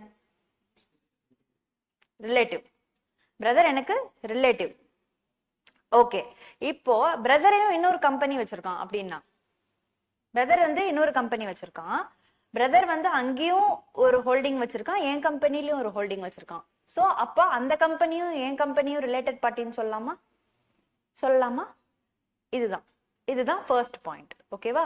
நான் ஒரு கம்பெனியில டைரக்டர், என்னோட இந்த எக்ஸாம்பிள் புரியுது இல்லையா? அப்போ என்னோட பிரதர் வந்து என் கம்பெனியில ஒரு ஒன் ஆஃப் த ஹோல்டராகவும் இருக்கான். At the same time he is also holding a company. So in that case my brother's company and my company will become a related party. So ஓகேவா? And my brother is a relative. So அதுக்கு ஏதாவது conditions இருந்தா we need to follow, ஓகேவா? இதே தான் KMP and ரிலேட்டிவ்ஸ்ன்றான். So இது வந்து கேஎம்பினா என்ன? Key managerial person. இப்போ நான் இதே எக்ஸாம்பிள நான் டைரக்டர்னு இல்லாம நான் ஒரு கம்பெனியோட டைரக்டரா இல்லை, ஆனா நான் அந்த கம்பெனியில ஒரு கீ மேனேஜரியல் பர்சன். அப்படின்னா யாரு? ஒரு மேனேஜர்னு வச்சுப்போம், ஓகேவா? இப்பயும் இதே சொன்ன எக்ஸாம்பிள இங்க அப்ளை பண்ணி பார்ப்போம். நான் ஒரு கம்பெனியில மேனேஜர், ஓகேவா? அந்த கம்பெனியில மேனேஜரா இருக்கும்போது என்னோட பிரதரும் இதே கம்பெனியில சம் அசோசியேஷன் அந்த என்னோட பிரதருக்கு இந்த கம்பெனியில இருக்கு. At the same time my brother is holding a company. Then அந்த கம்பெனியும் my company is again a related party. Same. It's not that நான் வந்து டைரக்டரா இருக்கணும்னு இல்லை, நான் ஒரு கீ மேனேஜரல் பர்சனா இருந்தாலும் தென் we both are related party, ஓகேவா? தென் firm பத்தி பார்க்க போறோம். firmனா என்ன? Partnership firm. So same applies to the partnership firm. இதே மாதிரி ஒரு பார்ட்னர்ஷிப் firm இருக்கு, அங்க வந்து in which a director, manager or relative is a partner. Okay, so இங்க வந்து ஃபார் எக்ஸாம்பிள் நான் வந்து ஒரு கம்பெனியில் ஒரு பார்ட்னர்ஷிப் ஃபார்ம் வச்சுருக்கேன். ஓகேவா? என்னோட இப்போ இட்ஸ் நாட் நெசசரி தட் ஒரு ஃபேமும் தான் ரிலேட்டட் பார்ட்டியாக இருக்கணும்னு கிடையாது. நான் ஒரு ஃபேம் வச்சுருக்கேன், என்னோட பிரதர் வந்து ஒரு கம்பெனி வச்சுருக்கான். என்னோட பிரதர் இங்கே ஃபேமில் ஒரு மேனேஜிங் பார்ட்னராகவும் இருக்கான், அங்கே வந்து டைரக்டராகவும் இருக்கான். ஸோ அப்படி இருக்கும்போது என்னோட ஃபேமும் அவனோட கம்பெனியும் ரிலேட்டட் பார்ட்டி. ஓகேவா? ஸோ இது வந்து ஸ்பெசிஃபிக்காக ஒரு இன்ஸ்டன்ஸாக சொல்லும்போது உங்களுக்கு கன்ஃபியூசிங்காக இருக்கும். ஆனால் வந்துட்டு ஒரு எக்ஸாம்பிள் அண்ட் கேஸ் சினாரியோஸ்ன்னு வரும்போது that will be much easy. ஓகேவா? தென் அ ப்ரைவேட் கம்பெனி. ஸோ இப்போ நான் இதை private company, public company, body corporate and any person இது எல்லாமே ஜஸ்ட் ரஃபாகவே சொல்கிறேன். ஒரு ப்ரைவேட் கம்பெனி, ஒரு பப்ளிக் கம்பெனி, பாடி கார்பரேட் மூணுமே இருக்கு. ஸோ இங்கே private company, first private company எடுத்துப்போம். ப்ரைவேட் கம்பெனி இருக்கு. ப்ரைவேட் கம்பெனிக்கு யாரெல்லாம் ரிலேட்டட் பார்ட்டியா இருக்கலாம்? இன்னொரு ப்ரைவேட் கம்பெனி ரிலேட்டட் பார்ட்டியா இருக்கலாம், ஒரு பப்ளிக் கம்பெனி ரிலேட்டட் பார்ட்டியா இருக்கலாம், ஒரு ஃபேர்ம் ரிலேட்டட் பார்ட்டியா இருக்கலாம். எப்போ அங்க இருக்கிற யாராவது இங்கே வந்து பார்ட்னராவோ டைரக்டராவோ கேஎம்பியாவோ இருந்தா, இங்க இருக்கிற யாராவது அங்க பார்ட்னராவோ டைரக்டராவோ கேஎம்பியாவோ இருந்தா then they all are related parties. Same apply for public company. Same is applicable for body corporate. Body corporate தான் ஃபர்ஸ்ட் டெஃபினிஷன் கம்பெனிக்கு அப்புறம் எடுத்தேன். பாடி கார்பரேட்டோட டெஃபினிஷன் சொல்லுங்க பார்ப்போம், யாராவது கவனிச்சிருக்கீங்களான்னு பார்ப்போம். Even online students can anyone del.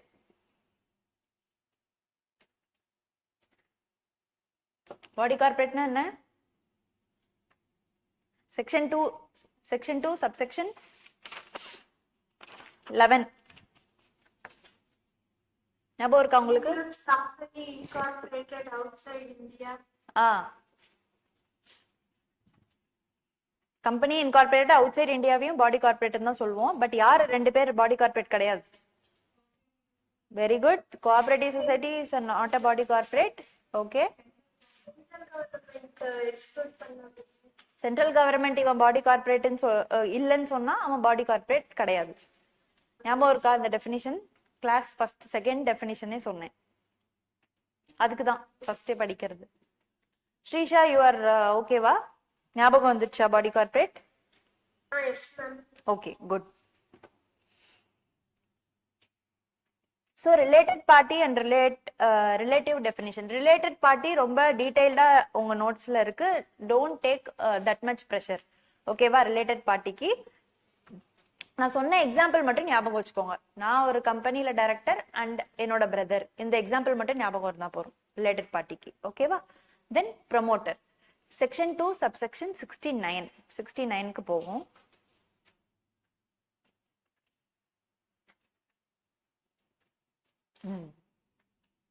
ரொம்ப அடிக்கடி கேட்டிருப்போம், இவங்க தான் அந்த கம்பெனிக்கு ப்ரமோட்டர்.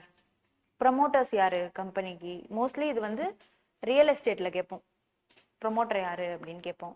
கம்பெனிஸ்லயும் கேட்போம் ப்ரமோட்டர் யாருன்னு. So who is a promoter? யாராவது ஒருத்தர் ரீட் பண்ணுங்க. Anyone from boy side please read.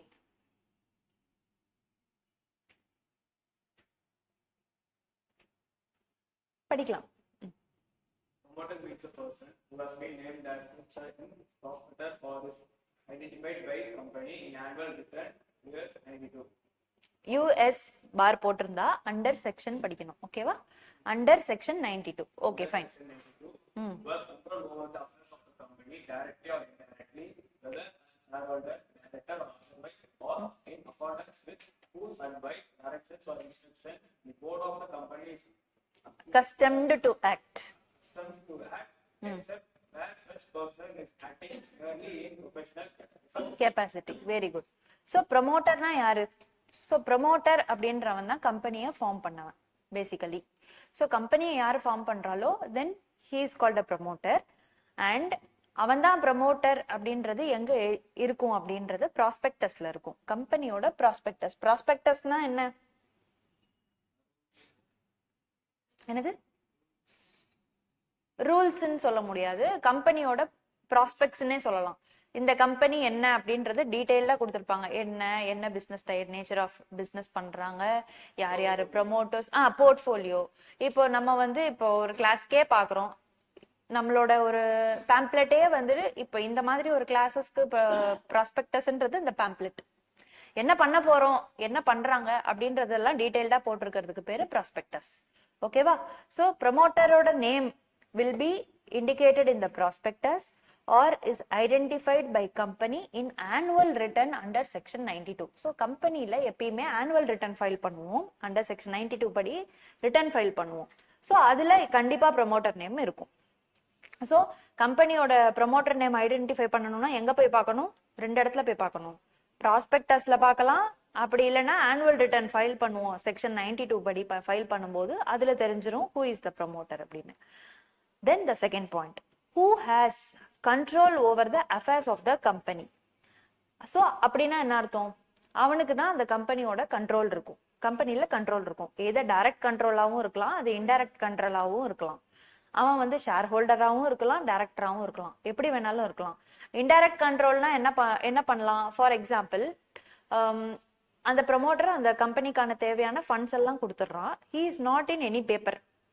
அதாவது ஒரு டைரக்டராவோ ஷேர் ஹோல்டராவோ இல்லை. அவன் எனக்கு என்ன சொல்லிட்டான் அப்படின்னா, நீ பிஸ்னஸ்லாம் பண்ணிட்டு சம்பாதிச்சுட்டு ரிட்டர்ன்ஸ் மட்டும் எனக்கு கொடு அப்படின்னு சொல்லிட்டான். இன்டைரக்டா அவன் எதுலேயுமே இருக்க மாட்டான் பேப்பர்ல, ஆனாலும் அவன் promoter. But he will be in ப்ராஸ்பெக்டஸ்ல இருப்பான். ஃபார்ம் ஃபைல் பண்றப்ப, ரிட்டர்ன் ஃபைல் பண்றப்ப மட்டும்தான் அவன் நேம் இருக்கும். Whereas director and shareholding பேட்டர்ன்ல அவன் இருக்க மாட்டான். அப்படி இருந்தாலும் ஹீ இஸ் அ ப்ரமோட்டர். ஓகேவா? தென் in accordance with whose advice, directions or instructions the board of the company is accustomed to act. Accustomedனா என்ன அப்படின்னா நடக்கணும், நம்ம வந்து அதை கேட்டு நடக்கணும். ஸோ அவனோட advice and directions and instructions படி தான் இந்த கம்பெனி வந்து நடப்பாங்க. ஓகேவா? ஸோ யாரு who is a promoter? his name will be indicated in the prospectus and in the annual return. ஓகேவா? அதுக்கப்புறம் he will be controlling the affairs of the company either directly or indirectly, either by way of shareholder or director. Done. And in accordance with அவனோட advice and directions படினா the company is accustomed to act. இப்போ நம்ம exam எழுதுறோம். இப்போ இந்த accustomed to act அப்படின்னு இருக்கிற வார்த்தை இருந்ததுன்னா you will be getting marks. ஓகேவா? ஸோ இந்த மாதிரியான ஜார்கன்ஸ் அண்ட் ட்ரிக்ஸ் எல்லாம் தான் நம்ம வந்து கத்துக்கணும். ஸோ இதுல யாரும் டெஃபினிஷன்ஸ் உட்காந்து கேட்க போறது இல்லை.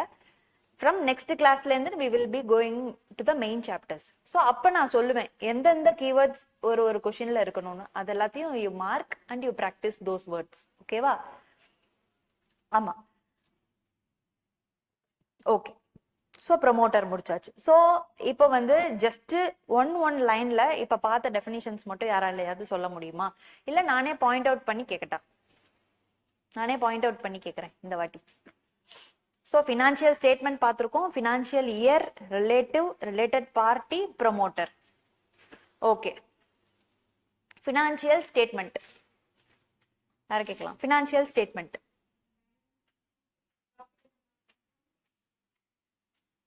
Balance sheet.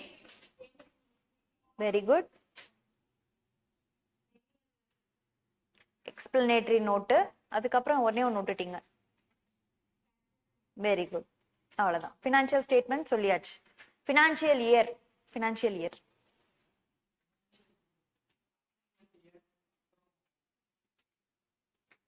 அசஸ்மெண்ட் இயர் அதுக்கு அடுத்தது. ஃபினான்ஷியல் இயர் மட்டும் சொன்னா போதும். Financial year is nothing but the accounting year starting from, அவ்வளோதான் ஃபினான்ஷியல் இயர். தென் எஸ் ரிலேட்டிவ், தமிழ்லயே சொல்லலாம்.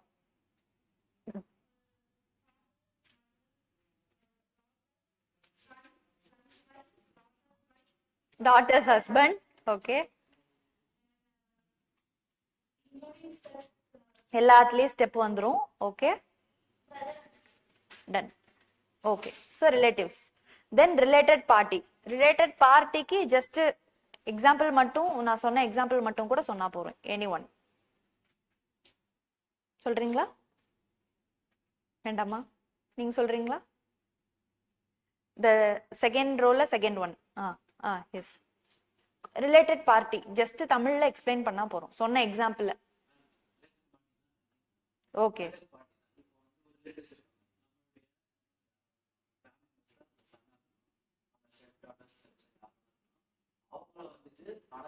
கம்பெனில வந்து பப்ளிக் கம்பெனி அவங்கள ரிலேட்டட் பார்ட்டிஸ். ஓகே, பட் அவங்க ஒரு கம்பெனில இருக்காங்க, நம்மளும் இன்னொரு கம்பெனில இருக்கோம், நம்ம 2 பேரும் அசோசியேட்டா இருக்கும்போது அவங்க கம்பெனியையும் நம்ம கம்பெனியையும் தான் ரிலேட்டட் பார்ட்டின்னு சொல்ல முடியும், நம்மள ரிலேட்டிவ் தான் சொல்ல முடியும். ஓகேவா? நான் கேட்ட கொஸ்டின் வந்து related party, who are all related பார்ட்டின்னு கேட்கும்போது a company and இன்னொரு company only be the related party. ஓகேவா? ரிலேட்டிவ்ன்றது இது ரிலேட்டிவ்கான டெஃபினிஷன், அதையும் ரிலேட்டட் பார்ட்டியும் போட்டு கன்ஃபியூஸ் பண்ணிக்க தேவையில்ல, அது இன்னும் போக போக you will be getting the clarity. ஓகேவா? தென் ப்ரமோட்டர், லாஸ்ட் டெஃபினிஷன் பார்த்தது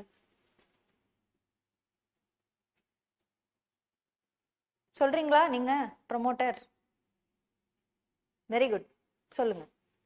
எந்திரிக்கலாம் வேண்டாம், சொல்லலாம்.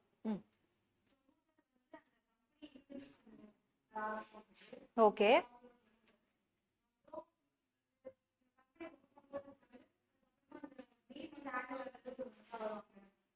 ஓகே, ஆனுவல் ரிட்டர்ன்ல இருப்பாரு, ப்ராஸ்பெக்டஸ்ல இருப்பாரு, அதுக்கப்புறம் செகண்ட் பாயிண்ட், ப்ரொமோட்டருக்கு கண்ட்ரோல் இருக்குமா கம்பெனில? இருக்குமா கேக்குறேன்.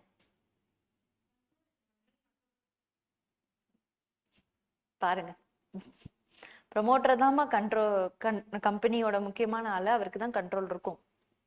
ஓகேவா? he has control over the affairs of the company. Second point அதானே போட்டிருக்கு, படிச்சா கூட சொல்லலாம். who has control over the affairs of the company, டைரக்டாவோ இன்டைரக்டாவோ எப்படியோ, ஆனா கண்ட்ரோல்ன்றது அவர்கிட்ட கண்டிப்பா இருக்கும் ப்ரொமோட்டருக்கு. தேர்ட் பாயிண்ட், அவரோட அட்வைஸ் டைரக்ஷன்ஸ் கம்பெனி ஏத்துக்கணுமா, அது அவர் சொல்றதபடிதான் நடக்கணுமா? கண்டிப்பா அவர் சொல்றபடிதான் நம்ம நடக்கணும். ஓகேவா? so this is all about promoter. so okay, so இன்னைக்கு என்ன பார்த்தோம்? ஆன் தி ஹோல் ஒரு குவிக் ரீகேப் பண்ணிட்டு, அதர் கம்பெனிஸ் ஒரு 4 கம்பெனிஸ் இருக்கு, அதை மட்டும் பார்த்துட்டு லெட்ஸ் வைண்ட் அப். ஓகேவா? ஜஸ்ட் ஒரு 15-20 மினிட்ஸ் இன்னும் மோஸ்ட்லி அதுல we can wind up. Okay, just இன்னைக்கு ஜஸ்ட் அன் இன்ட்ரடக்ஷன் கிளாஸ் தான். இன்னைக்கு பார்த்துருக்கிற லா வந்து இட்ஸ் ஜஸ்ட் ஒரு என்ன சொல்றது, ஒரு லாவோட செஷனோட பிரஷ் அப்னு கூட சொல்லலாம்.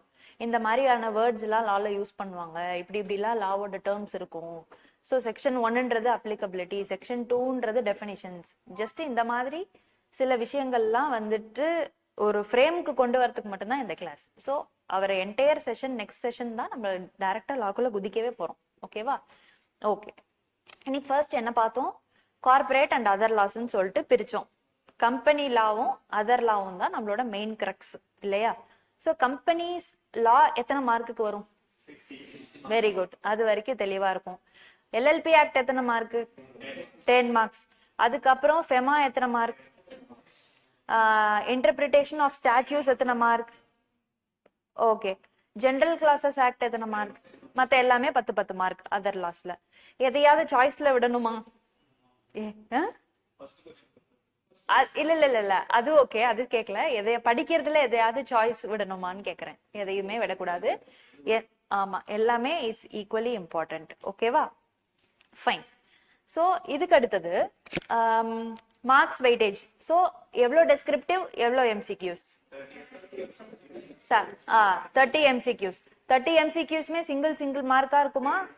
15 into 2 30 இருக்கும். Okay, right. சரி, இப்போ அடுத்து ரொம்ப இம்பார்ட்டண்ட்டான விஷயம் சொல்ல போறேன்.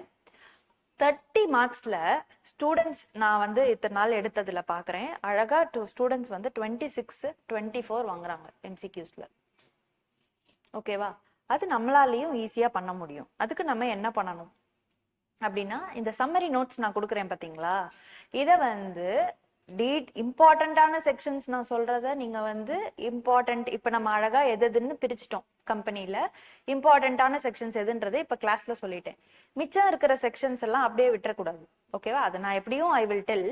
மிச்சம் இருக்கிற செக்ஷன்ஸ் எல்லாம் just you need and you read and underline எல்லாத்தையும். அந்த மாதிரி நம்ம படிச்சு என்டையர் புக்கையும் நம்ம கவர் பண்ணும்போது, ஒரு ஃபுல் புக்கையும் படிச்சு முடிச்சிட்டிங்கன்னா எம்சிக்யூஸ்ல கண்டிப்பா யூ கேன் கெட் 26. 26ன்றது ஈஸியாக ஏம் பண்ணலாம். அதுக்கு என்ன பண்ணணுன்றதுக்கு தான் நான் சொன்னேன். என்டையர் இப்போ நான் சம்மரி இப்போ கொடுத்துருக்கேன் இல்லையா, இப்போ ப்ரிலிமினரி சாப்டர் 15 பேஜ் அப்படின்னு இருக்கும்போது இந்த 15 பேஜையும் ஜஸ்ட் ஒரு கோ த்ரூ பண்ணி இம்பார்ட்டண்ட்டான திங்ஸை அண்டர்லைன் பண்ணிக்கணும். இதுக்கு இப்போ நான் இதுக்கு ஒரு எக்ஸாம்பிள் சொல்கிறேன். இப்போ promoter for example section 2 subsection 69 ப்ரொமோட்டர்னு படித்தோம். ப்ரொமோட்டரில் ஃபார் எக்ஸாம்பிள் ஆமாம், இப்போ ப்ரொமோட்டரில் ஆனுவல் ரிட்டர்னில் ப்ரொமோட்டர் இருப்பானா அப்படின்றது ஒரு 1 மார்க்காக வருதுன்னு வச்சுக்கோங்க. அண்டர் செக்ஷன் அப்படின்னு போட்டு 92, 96, 98 அப்படின்னு போட்டு கொடுத்துருக்கான் ஒரு 1 மார்க் அப்படின்னு இருக்கு. ஸோ அப்போ நம்ம அண்டர் செக்ஷன் 92ன்றது ஜஸ்ட் ஒரு தடவை கிளாஸில் காதில் எங்கேயோ விழுந்திருக்கு நம்ம எல்லாருக்குமே, அதை வச்சு வி கேன் ஸ்கோர் 2 மார்க். அதுக்கு தான் you need to read. So நான் ஃபர்ஸ்டே கிளாஸில் சொன்ன மாதிரி reading skill, writing speed plus test and practice. இது வந்து வித் ரெஸ்பெக்ட் டு த என்ன சொல்றது, இன்னைக்கு பார்த்த டெஃபினிஷன்ஸோட ஜஸ்ட் ஒரு ப்ரஷ்அப் கேட்டுட்டு இருந்தேன் இல்லையா. ஸோ கம்பெனி ஃபர்ஸ்ட் பார்த்தோம், கம்பெனி, அப்புறம் அதை டைப்பா பிரிச்சுட்டோம். அடுத்தது என்ன டெஃபினிஷன் பார்த்தோம், கம்பெனிக்கு அப்புறம் பாடி கார்பரேட் பார்த்தோம். தென் கம்பெனியை எப்படி பிரிச்சோம், கண்ட்ரோல், மெம்பர்ஷிப், லயபிலிட்டின்னு சொல்லிட்டு 3ஆ பிரிச்சோம். அதுக்கப்புறம் என்ன படிச்சோம், அதர் இம்பார்ட்டன்ட் டெஃபினிஷன்ஸ் படிச்சோம். ஓகேவா. இப்போ இன்னும் கம்பெனிஸ்ல என்ன பார்க்கணும் அப்படின்னா, நான் சொல்றேன், இதை மட்டும் நீங்க எழுதிக்கலாம். ஸோ இதோட கம்பெனிஸோட கிளாசிஃபிகேஷன் முடியுது. இந்த கிளாசிஃபிகேஷனையும் மோஸ்ட் ப்ராபப்ளி நான் நெக்ஸ்ட் கிளாஸ்ல தான் வந்துட்டு I think I can do. Okay, other கம்பெனிஸ்ன்னு போட்டுக்கோங்க heading.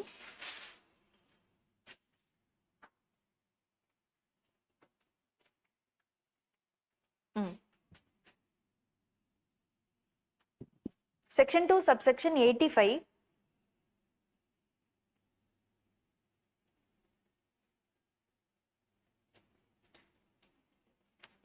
is small company.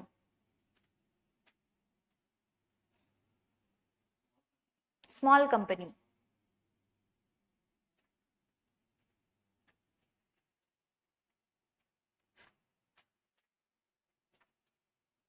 Next is section 2 subsection 42.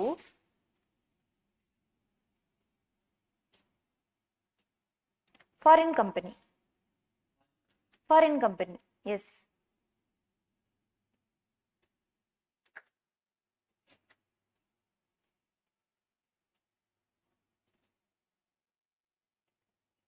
Okay. So இந்த உங்களோட ஹேண்ட் அவுட்ல செக்ஷன் 2 சப்செக்ஷன் 42 ஃபாரின் கம்பெனி மட்டும் மிஸ் ஆயிருக்கு. ஓகேவா. அது நெக்ஸ்ட் கிளாஸ்ல வந்து கீழே நான் சொல்றேன், நீங்க இந்த நோட்ஸ்லயே அப்படியே கீழே எழுதிக்கோங்க. ஓகேவா. Okay. Section 2 subsection 45 next is government company. Government company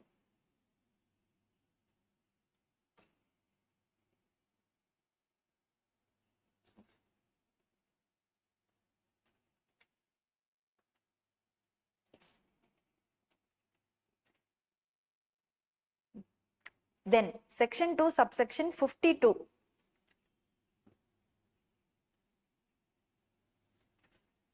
listed company.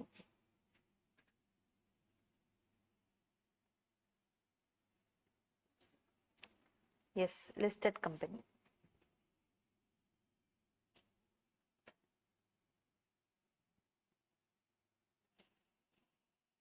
Okay, இதுல the very easy definition section 2 subsection 45 ஓட கவர்மெண்ட் கம்பெனி மட்டும் பார்த்துட்டு ஒரு 2-3 பாயிண்டர்ஸோட we will wind up today. ஓகேவா.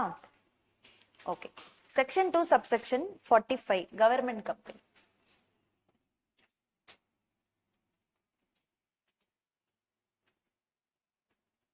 ஓகே. கவர்மெண்ட் கம்பெனினா என்னன்னா, means any company in which not less than 51% of the paid up capital is held by the central government or by any state government or partly by central government and partly by one or more state government அப்படின்னு சொல்றாங்க. அப்படின்னா என்ன அர்த்தம், ஒரு company இருக்கு. ஓகேவா. அதுல not less than 51%, 51%க்கு கம்மியா இல்லாம அட்லீஸ்ட் 51% இருக்கு இல்லையா, 51% வந்து சென்ட்ரல் கவர்மெண்ட் ஹோல்ட் பண்ணியிருப்பாங்க அந்த கம்பெனியோட ஷேர்ஸ். ஓகேவா? எதர் சென்ட்ரல் கவர்மெண்ட்டோ ஆர் பை எனி ஸ்டேட் கவர்மெண்ட்டோ ஹோல்ட் பண்ணியிருப்பாங்க, ஆர் பாதி ஸ்டேட் கவர்மெண்ட்டோ பாதி சென்ட்ரல் கவர்மெண்ட்டோ சேர்ந்து 51% ஹோல்ட் பண்ணியிருப்பாங்க. Then in that case they are called government company. அப்படின்னா என்னன்னா கவர்மெண்ட் ஓன்டு கம்பெனின்னு அர்த்தம். கவர்மெண்ட்டுக்கு தான் main dominance in that company அப்படின்னு அர்த்தம். and includes a company which is a subsidiary of such government company. அந்த கவர்மெண்ட் கம்பெனியோட அந்த கம்பெனியோட சப்சிடரியும் கவர்மெண்ட் கம்பெனி தான். ஒரு கம்பெனி இருக்கு, ஃபார் எக்ஸாம்பிள் இப்போ ஒரே ஒரு எக்ஸாம்பிள் எடுத்துப்போம். ஹெச்ன்ற ஒரு கம்பெனி இருக்கு, அந்த கம்பெனிக்கு எஸ்ன்ற சப்சிடரி இருக்கு. ஓகேவா? இப்போ ஹெச் வந்து கவர்மெண்ட் வந்து நாட் லெஸ் தென் 51% ஹோல்ட் பண்ணிட்டான். இப்போ எஸ் வந்து கவர்மெண்ட் கம்பெனியா?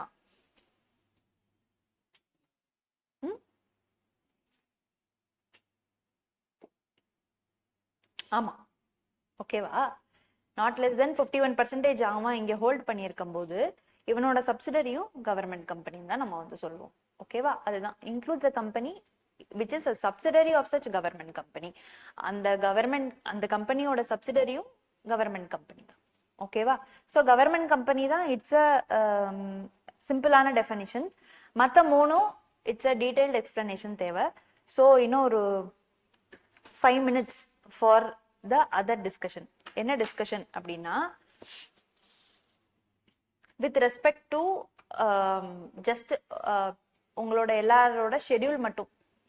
அதாவது எல்லாருமே டைரக்ட் என்ட்ரி ஸ்டூடெண்ட்ஸா? இப்போ எல்லாருக்குமே காலேஜஸ் முடிஞ்சிருச்சா? ஸோ எல்லாருக்கும் ஃபுல் டைம் வந்து இப்போ என்டர் படிக்கிறது தான் ஒர்க்கு. ஓகே, சரி, இது ஒரு விஷயம் தெரியணும். Then yes ma'am, okay fine. நீங்களும் எல்லாருமே காலேஜஸ் முடிச்சாச்சா? Full time intermediate? Okay. Vimal? Okay fine, full time intermediate. Okay. So then in that case உங்களுக்கு it's a golden opportunity to use this time. ஓகேவா? வேற எந்த கமிட்மெண்ட்ஸும் கிடையாது, ஃபுல் டைம் நீங்கள் இன்டர் படிக்கலாம். ஸோ அப்படி இருக்கும்போது எந்த ஒரு டெஸ்ட்டையும் நான் சொன்ன மாதிரிக்கு மிஸ் பண்ண வேண்டாம். ஓகேவா? What ever test the are giving, do it with full dedication. அதாவது இப்போ படிக்க போற 6 மாசமுமே ஃபுல் டெடிகேஷன் வந்து கொடுக்க முடியுமா அப்படின்னா சர்டன் சப்ஜெக்ட், அதாவது இப்போ டிடி படிக்க வேண்டியது ஜாஸ்தியா இருக்கும், அப்போ வந்து லாக்கு இம்பார்ட்டன்ஸ் கொடுக்க முடியாம போகலாம். இல்லை லாக படிக்க வேண்டியதா இருக்கும், அதனால அக்கௌண்ட்ஸ் வந்து பார்க்க முடியாம போகலாம். அந்த மாதிரி வேணா ஏதாவது ஒரு அட்ஜஸ்ட்மெண்ட்ஸ் இருக்கணுமே தவிர மொத்தமா எதுவுமே படிக்காம இருக்கக்கூடாது. ஓகேவா? கண்டிப்பா எல்லா டெஸ்ட்டையும் வித் டியூ கேர் நீங்க வந்து அட்டென்ட் பண்ணணும் வித் ரெஸ்பெக்ட் டு இது. அண்ட் பேப்பர் கரெக்ஷன்ஸ் அவங்க பண்ணினதுக்கு அப்புறம் ஐ will provide the answer sheets எல்லாமே கிளாஸ்ல நானே கொடுப்பேன். ஒருத்தருக்கும் இண்டிவிஜுவலா எங்கெங்க இம்ப்ரூவ் பண்ணலான்ற கமெண்ட்ஸ் அண்ட் எங்கெங்க suggestions. For example, if a person is doing exceptionally good, ஒருத்தர் ரொம்ப நாளா நம்ம கிளாஸ்ல வந்து எழுதியிருக்காங்க, 60+ வாங்குறதுக்கான கெப்பாசிட்டி இருக்கு அப்படின்னா அவங்களோட பேப்பர்ஸ் வந்துட்டு ஐ will give to other papers. இல்லை யாராவது ஒருத்தர் வந்து இம்ப்ரூவ் பண்ணணும் அப்படின்னு இருந்ததுன்னா எப்படி இம்ப்ரூவ் பண்ணணும் அப்படின்றத ஐ வில் டெல். அதே மாதிரி ரேங்கர்ஸோட பேப்பர்ஸ் இருக்கு இல்லையா?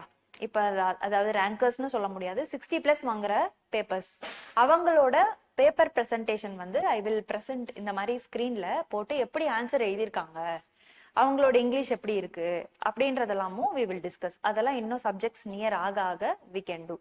இன்னும் கண்டென்ட்குள்ளே போல அதெல்லாமும் நம்ம கிளாஸ்ல நம்ம வந்து பண்ணுவோம். தென் த ஃபைனல் திங் வந்து என்ன சொல்லணும், ஒரே ஒரு நிமிஷம்.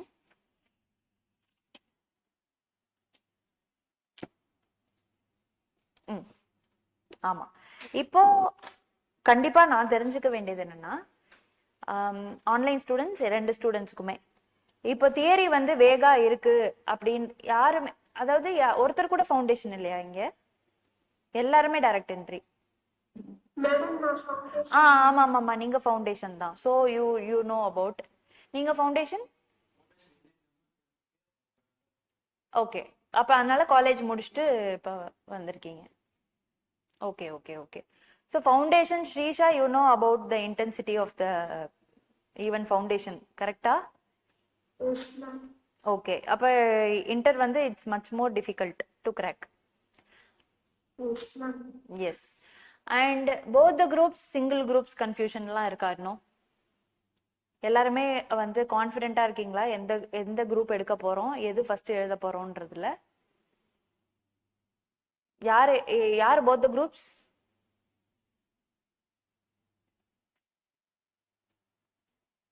ஓகே, நல்லா தூக்குங்க பார்க்குறேன். வாவ், எல்லாருமே போத் த குரூப்ஸ். நீங்கள் 2 பேர் மட்டும் சிங்கிள். ஓகே, ஸோ நாலாமும் போத் த குரூப்ஸ் தான், சிங்கிள் அட்டெம்ப்ட் தான், ஒரே அட்டெம்ப்டில் இட்ஸ் கிளியர். ஸோ வந்து இட்ஸ் நாட் அன் ரொம்ப கஷ்டமான டாஸ்க்லாம் இல்லை. சின்சியர் 4 months கொடுத்தீங்கன்னா கண்டிப்பாக கிளியர் பண்ணுவோம். It's my advice. அதனால போத் த குரூப் ஸ்டூடெண்ட்ஸ் தான் நானும். எனக்கு எப்படின்னா 20 marks எக்ஸஸாக இருந்தது ஒரு குரூப்பில். இந்த குரூப்பில் செட் ஆஃப் 5 தான் கிளியர் ஆனேன்.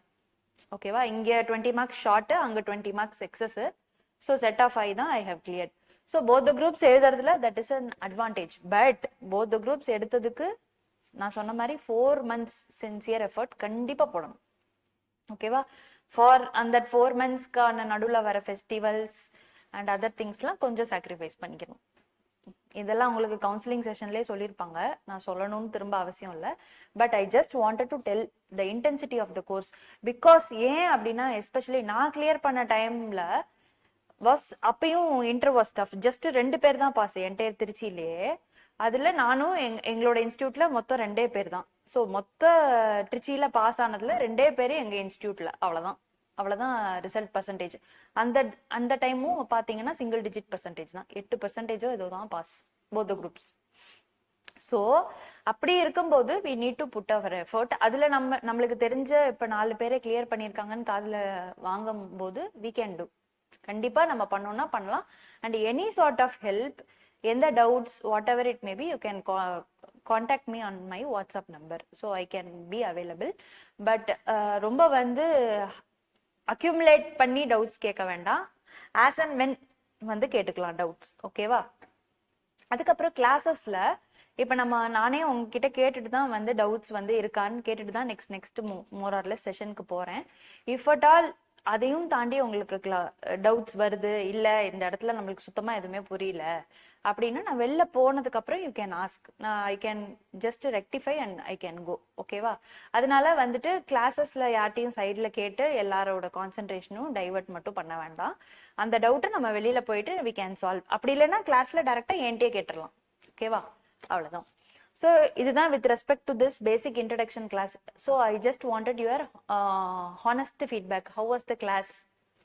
எப்படி இருந்தது? ஓரளவுக்கு லானா என்ன அப்படின்ற ஒரு ஜஸ்ட் ஒரு பிரஷப் ஐடியா கிடைச்சதா? லாங்குவேஜ் வாஸ் ஈஸியா? உங்களுக்கு கம்யூனிகேட் பண்றது எல்லாமே புரியுதா? ஓகே. என்ன சார்ட் ஆஃப் என்ன ஃபீட்பேக் எது இருந்தாலும் okay, good. So any feedback, whatever it is, you can openly share. Even for online students, whatever be the thing, you can either type and you can just voice out. Okay va? Whatever be the corrections, I can just correct myself. Okay? Okay, fine. So today the session is over. Okay va? Next class என்னன்றது I will just communicate. உங்களுக்கு ப்ராப்பரா time table வந்து வந்துரும். இந்த hand out வந்துட்டு ப்ராப்பரா maintain பண்ணுங்க. இந்த ஹேண்ட் அவுட் வந்து ஏன் நான் சப்ஜெக்ட் வைஸ் கொடுக்குறேன் அப்படின்னா, இந்த ஹேண்ட் அவுட் வந்து உங்களுக்கு கேரி பண்ணிட்டுலாம் நீங்க படிக்கும்போது தியரி சப்ஜெக்ட் ஈஸியா இருக்கும். ஒரு சாப்டரோட நோட்ஸ் மட்டும் எடுத்துட்டு you can carry and study. அப்புறமா புக் வந்து வரும்போது எக்ஸாம் டயத்துக்கு யூஸ் பண்ணிக்கோங்க. ஓகேவா? Okay, thank you so much for the session. Let's meet on the next session.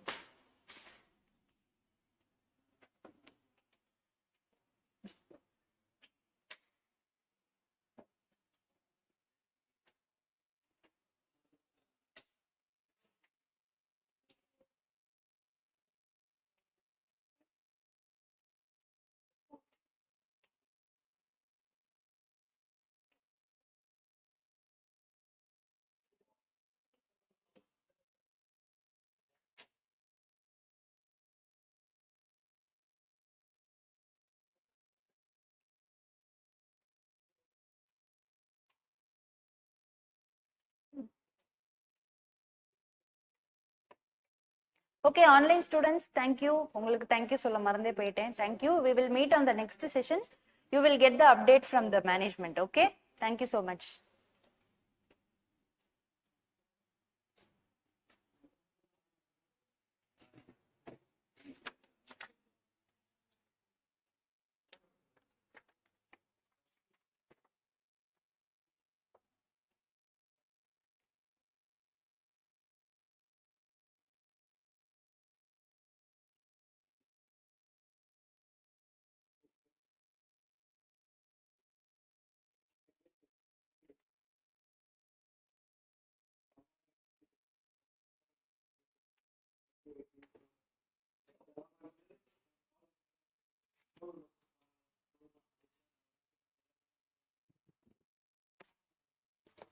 Okay you can leave, you can start. Okay thank you sir. இருந்தால் மட்டும் வெளியே வர சொல்லுங்க.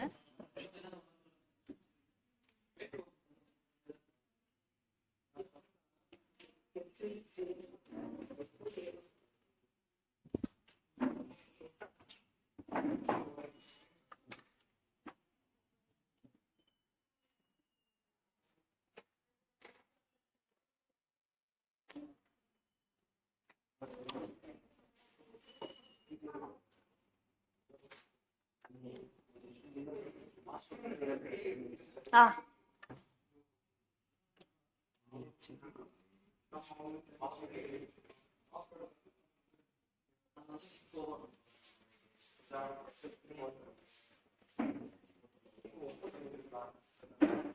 ஒருத்தன் ஆன்லைன்ல யூடியூப்ல அப்ளை பண்ணி